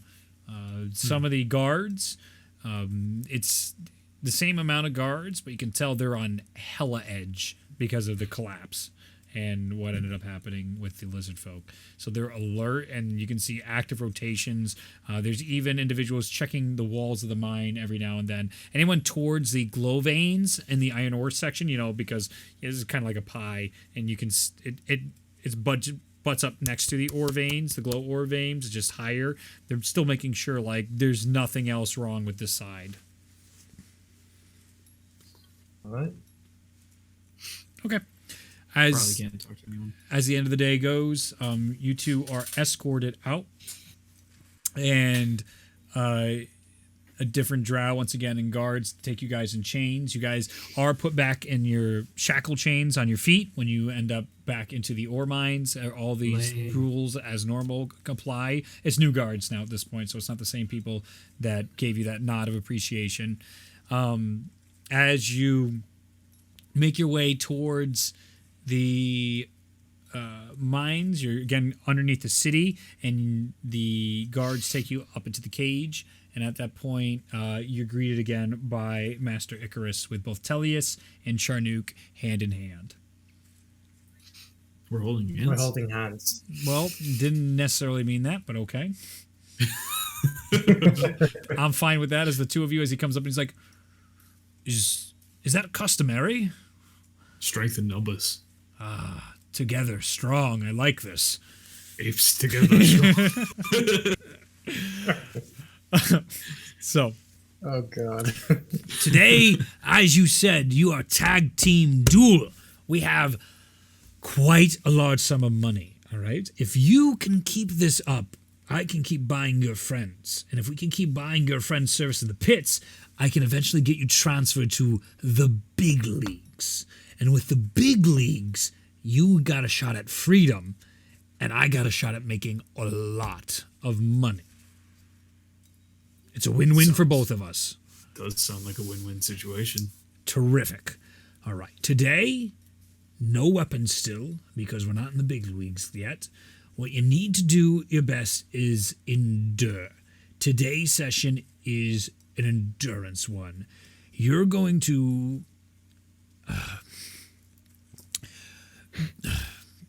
it's barbaric, and you're going to take some beatings. Everybody is going to take a beating before they even get in today. Once they're done with their beatings, they get into the arena, and then they fight. So I know this might be difficult for you, but get through this, and hopefully you'll never have to experience it again. Is there a particular reason for that? It's to weaken you up. They want to see what happens when you're desperate. Right? I don't make the rules, and it's disgusting. But it makes money, and money gets you out of these places. Can't argue with that. All right, wonderful. Okay. DM, Yeah. what's our HP at? At this point, after another day and the extra rations, you guys would be up to Charnook is at 100 at least, and the other group would be up to, you were last at what, 60, so you're at 70, plus another 10 of whatever you're stuck at the moment from another good day's rest and good food. All right. You said 70, right? Yes. Charnook has a little advantage because he got better nutrition faster. No, I'm just making sure I don't want to get wrecked. Right. True. Well, before you guys even go in, you take 19 points of damage from... Can I rage to half that? No. Oh. The point is, you guys have the advantage of health. Everybody else is still eating the same bad food. But you now haven't for this bit here. So even though you take those beatings, as you look and see all these other Goliaths and you see these other orcs and you see them really hurting, you guys are looking pretty strong right now. All right, let's knock this one out of the park, shall we? All right, let's do it. All right. Master Icarus. Yes, tell it. Actually, what is your name? I didn't even get that. Oh, I was so eager. 201, that will not do. Do you have a name? Yes. I believe they call me the Lizard of Gold. The Lizard of Gold. The Golden Lizard. Perfect. Oh, you two write this themselves. Do you know how easy you two make it to market? You are just brilliant.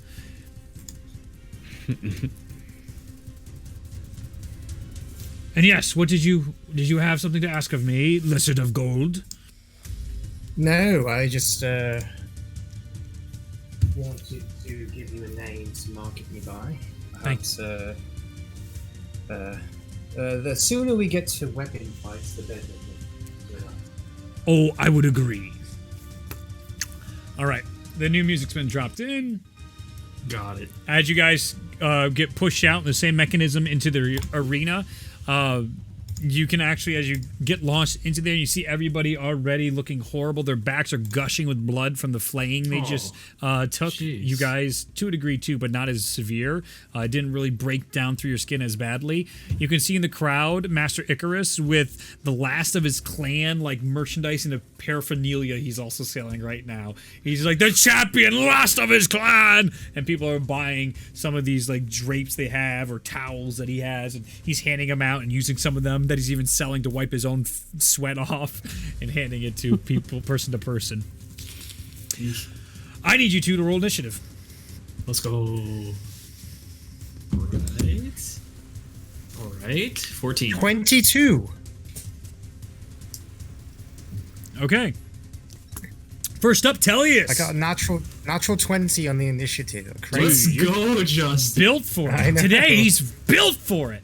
All right, you're in. right. First in, you can see what's around? to your right, two Goliaths that are teamed up.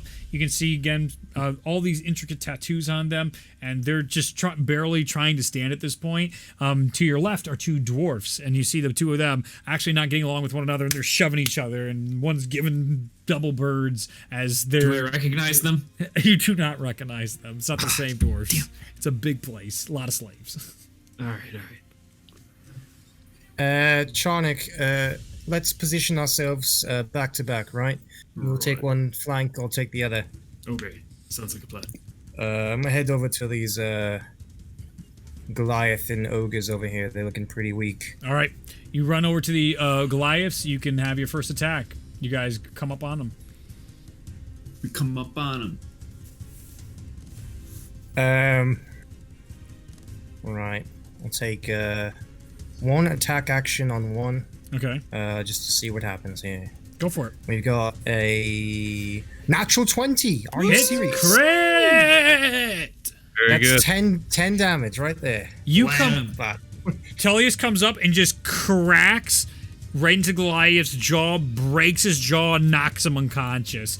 You see Master Icarus, he just goes, "That is the Lizard of Gold!" as he's up into the crowd, and you just see people starting to flock to him as they continue to see these ringers under Master Icarus here, and people are getting bets in. All of a sudden, you see all these gold pieces being thrown towards this person with a big pot, and he's just like, "Ah!" and trying to catch the orders and that are coming in inside the crowd. and It's like with the next, thousands and thousands of people are in these stands.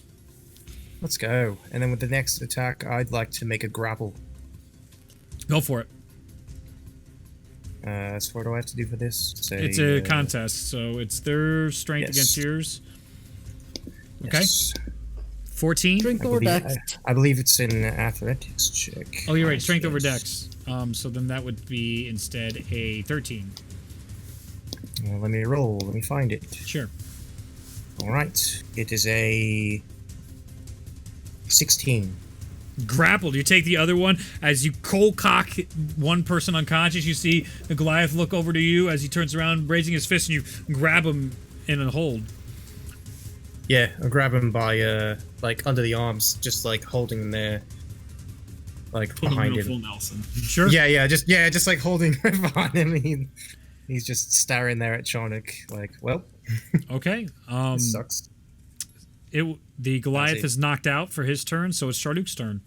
Right. I'm gonna take Nice. this hint, and I'm gonna make this guy a punching bag, and I'm gonna. Go for it. Oh wait. First, I'm going to rage. Yep. So that is gonna be a 12 to hit. Does not hit. All right. Do you so have? I'm Don't you gonna have try advantage if he's grappled or no? again. I don't think so. No. Grappled is literally just Yeah. speed is No, speed is 0. Yeah. That So you is- hit that is it. you hit in the Goliath skin is tough, man. That's thick leather. Bam. Hey, come on, man. He's thick, not boy. moving. I'm sorry. Charnock, Try it he's again, not and moving. then I swing at him for a 21. Hits. Crack right into a rib. 8 damage. 8 damage. You see the cracking the rib, his eyes, and he passes out. You can tell that this time around, these people are hurt. They are weakened for sure. I'll drop him. As he drops down, you guys can see orcs, 2 orcs now on your right, and still on your left, the 2 dwarfs. One dwarf has actually punched out the other, and there's just one dwarf standing. As you can see 2 tieflings approaching the one dwarf at this time. Yeah, I figured that would happen. Let's take on the big ones over there, and we'll see what happens after that. Sounds good to me. All right, All right, then. Tullius, it is your turn. All right. Which one looks quicker? Both look equally fucked up, the orcs right now. All right, then I'll just go for one of them. Sure. That's a 19 hit. Oh, Hits. sorry, 22 to hit. Sorry. Super hits. Nice. 5 damage. As you hit into him with the 5 damage, you see him cower in his stomach. You see, and he nearly passes out, but he's teetering on the edge right there as he tries to put All right, steady his after that. arm. Yeah. After the solar plexus punch, we're gonna go for a swift elbow to the head there Sure. and see what happens. Go for it. That is a 19. To Hits. hit. Another 5 damage. Crack. Where you see him, you can just feel the indent in his skull as he gets patched out. Instant concussion and out. It is now the orc's turn. As he sees you take out his buddy, he's going to attack for a 20 to hit. That hits. That is going to be 6 points of bludgeoning damage as he punches right into you. And just like what you're so used to having your armor on, right? And just, that's not going to do nothing. Yeah. But actually feeling it, you're like, go! So different! This is a bit different then. This is a bit weird. 23 to hit as well. So then another 5 damage as he just starts punching into you, that's fine. punching bag style. All right, lad. That's enough out of you. Charnock, finish this guy up. Charnook, it's your turn. I'm gonna swing by and clothesline him. All right, go ahead and make an attack. Last of his clan. My bad. 22. Hits. 8 damage. As you clothesline him right, knocked out, just onto the ground. The fights are continuing around all of you guys, and you actually you see the tiefling knock out the last of the dwarf. And the arena's starting to get slower and slower, or closer and closer together, as you can see the animals being let in to force everybody closer and closer. There's guards near the animals as well. It's this odd, like, the animals are being used as a service, but it seems like the animals have better treatment, and you've noticed this throughout. The animals have better treatment than the slaves. Right. I have another attack action. All right, so you can go after the tieflings. I'll do it.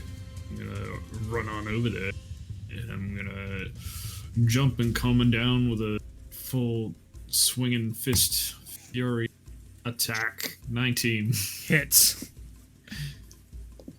8 damage. Clobbers another tiefling out unconscious, as the other one is trying to measure it up, and he just books. He just starts running toward the center of the don't do it. arena. Tullius, it's your turn. Can I try to amp up the crowd as I'm making my way towards this guy? Sure, hell yeah. Make a performance check. All right. You there! You see this coward here in the middle of the ring? The golden lizard, the most recent challenger to the ring, will show you what true gladiatory theatrics are all about. Oh make my performance check. Yep. 24. Yeah, you just see them loving it. Icarus is playing it up. People are digging in. The excitement's building. They seem to chase. I don't even give a shit what you said to them. You're chasing your prey down. They love it. The bloodlust in the crowd is insane. People are getting paid out with every dropping on the ground. And as you pursue up into this individual, how fast is your movement? 30 feet, but I'd like to see something here with my features. Sure. It might be 40. Yeah, it says whenever you take the attack action on your turn, your walking speed increases by 10 feet until end of the turn. Then you'll be able to catch him this turn as he's running away. Yeah. It says if a weapon attack hits, I don't have a weapon, so I can't do any of the other stuff. But Your fists are a registered weapon. Sure. I don't think that counts. I'm unarmed. Yeah, I don't think so either. If I could add my bardic inspiration to my attacks, and that would be insane. Alright. So, yeah, I'd like to make a grapple first. Okay, you're trying to grab him from getting away. Go ahead. Yeah, I'd like to pounce on him, preferably.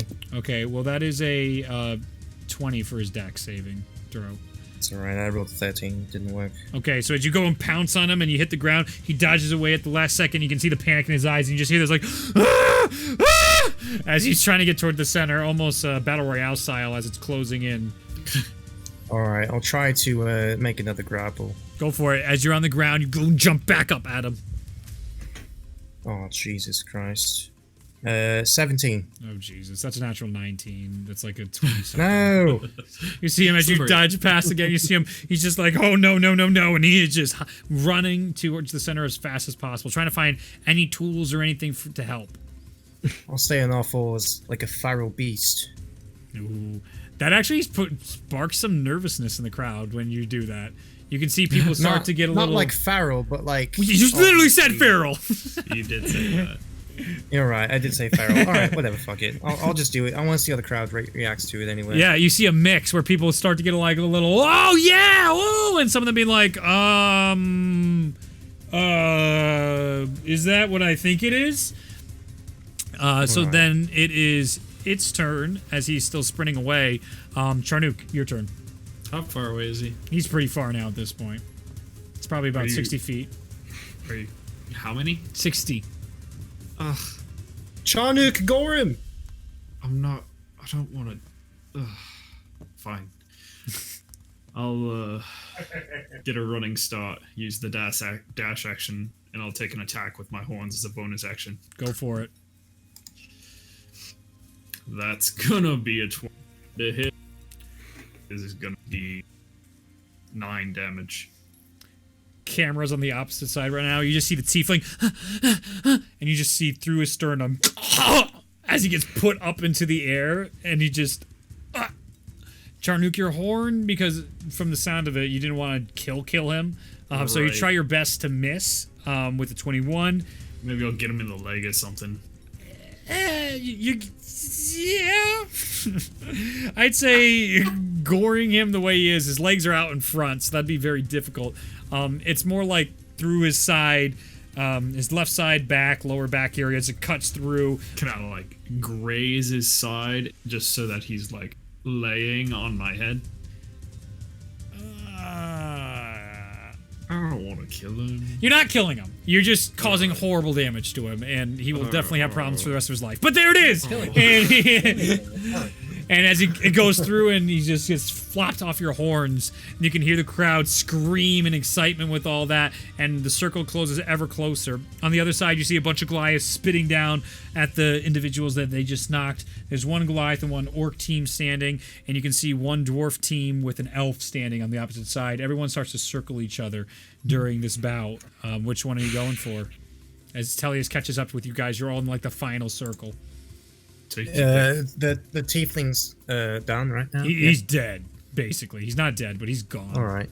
Oh, I'm sorry. I was just trying to hit your leg. I'm sorry. It's all right, mate. We have to put on a show for these lads, and it'll be I better got for us in the blood on long my- run. It's so. I know. If I could clean it, I would. Are there any creatures that looks particularly suspect to insults. Orcs and Goliaths for sure. Dwarf potentially as nice. well. The elf not as much. All right. We'll go for the Goliaths, I think. Okay. Goliath and Orc is the pair. Yeah, we'll go for the Goliath and the Orc. Go for it. All right. As I woke up, I'll be like, I can't tell which one of you bastards is uglier, and I'll take a swing at the Goliath. Go for it. All right.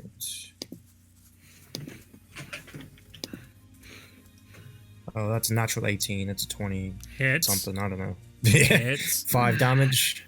You see him get cracked, and you see him says something in Goliath to you as he goes to try and swing. And you still have your second giant. Yeah. All right, next swing. Natural 20. Oh my god. Nice, dude. One punch as 10 he damage. as he goes to rear back, you just punch him and just like Street Fighter KO. Good. Yes. Like parallel Shoryuken. to the ground as you knock him on his ass, and everyone just loses it at that. The crowd start chanting, and you start hearing "Golden One, last of his clan, Golden One, last of his clan," and like almost orchestrating his Icarus in his corner. He doesn't have any merchandise at the moment, just all completely sold out. Yeesh. I'll just be, I'll say to the crowd louder, like, that's right. They all look the same when they're knocked down. Are you not entertained? The orc misses. Oh my god. The orc just is like shocked, and he just starts trying to swing towards you, Tellius, and they hit into you, and he's just not doing any damage. He's got no energy left behind his punches. He seems to be exhausted at this point, and he's just looking up at almost like a mercy, like, oh, please let this be over soon. Then it My is dead mother hits harder than you. You're horrible. The dwarf does go up to Charnook, and he gets an 18 and a 17 to hit. Yep, both of those hit. Okay, so then that's going to be 8 points and 8 points of bludgeoning damage. So that's 8 points total. Okay, and you see him start saying something in Dwarvish to you. Then it is Charnook's turn. No, you. And then I hit him twice. Go for it. That's gonna be a 24 to Hits. and a 25 to hit. Hits. 8 damage each time. First punch hits him down. You see him like give a smile as he spits out a tooth. As the second one hits him, just clocked out, just to the ground and gone. It is now the elf, the orc, Tellius, and Charnook. It is the elf's turn. The elf's going to come up, and it's going to go up to you, Charnook, and put a punch in. Let's see if it hits. Doesn't hit. Oh, life sucks. That's it. Yeah. So as it goes to hit, you feel something like your entire body gets, with this tiny, like, comes up right to you and does a little tap, and you're like, was that supposed to hurt? Are you okay? Do you need a moment? Top of the order is Tellius. Alright, I go up to the elf. Can I flank him? Sure. Nice. I'd like to go for a grapple, but with flavor, I'd like to sweep out the legs. Sure. Alright, cool. That's a 13. 13? Yep. Right. I got a... 13.1. Look at that. Wow, what'd you know? What'd you say? I get advantage if I'm flanking him, right? Sure. Yep. Alright, I rolled a natural 12. Plus 6 is 18. Easily. Sweep his leg is out. Hits the ground. Give him the people's elbow. Alright, people's elbow. Here we go. Tellius coming to the side and goes and lays down to put an elbow into the elf. 25 to hit, 5 damage. Oh god. Out cold. Gone. Now the orc's turn as the orc looks to Charnook. Natural 1. Dude, this guy can't hit for shit today. Oh my god. And that's a 15. Is that your armor class? 15? Yeah. Yeah. Alright, so then they hits for 5 damage against you. Bludgeoning damage, Charnook. Reduced to 2.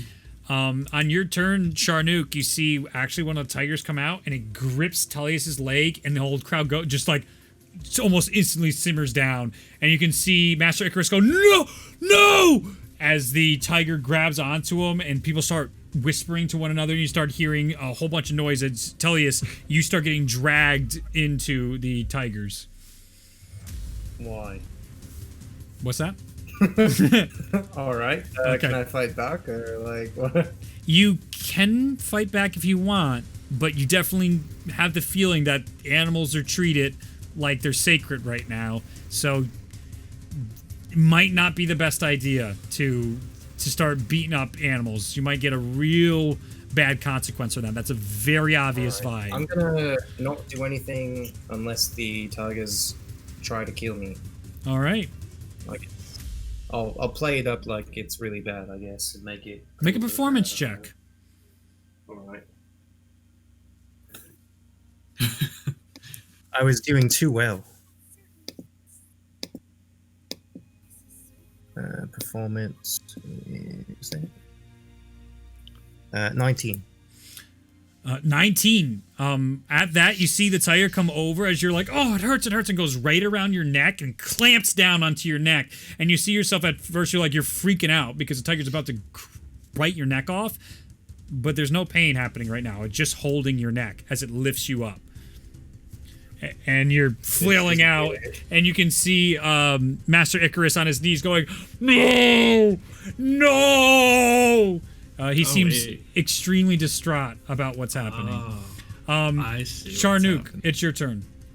Is there still a guy standing? Yes, there's an orc in front of you. I'll punch it. Go ahead and punch it. Punch it. With the 14 on the first one. 14 hits, actually. Yep. And a 17 on the second, 8 damage. Cracking into him, knocking him out, a mercy kill.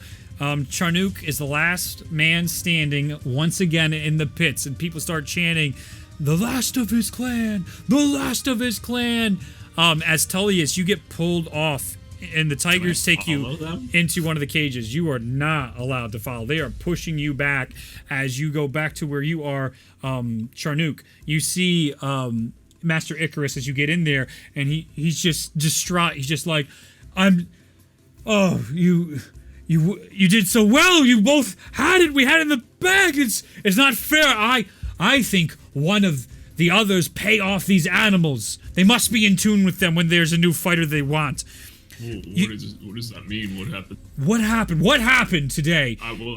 If you're ever chosen by an animal, there is nothing you can do about it. The tigers have the ultimate say in their prey, and they get the pickings from anybody in the arena. The guards will enforce it. If you fight back, you're gonna get killed. It's a lose-lose no matter what. It's up to beasts, animals, to decide. It's insanity out here. Absolute insanity. How can you make a proper business? It's just terrible. I will do what I can if they don't eat your friend to get him out and liberated, all right? But you have to... you did a great job. You will get an increase in your food.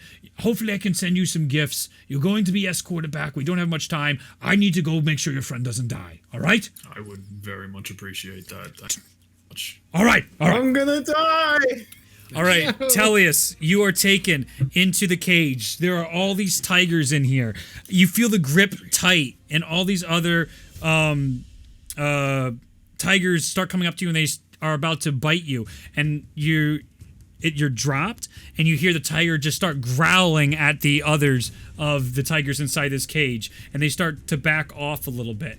And then, with that, Tullius, you see the tiger wild shape into Yavanna. And she she grabs onto you and gives you a look, and she dimension doors out. And that's where we'll end tonight's session.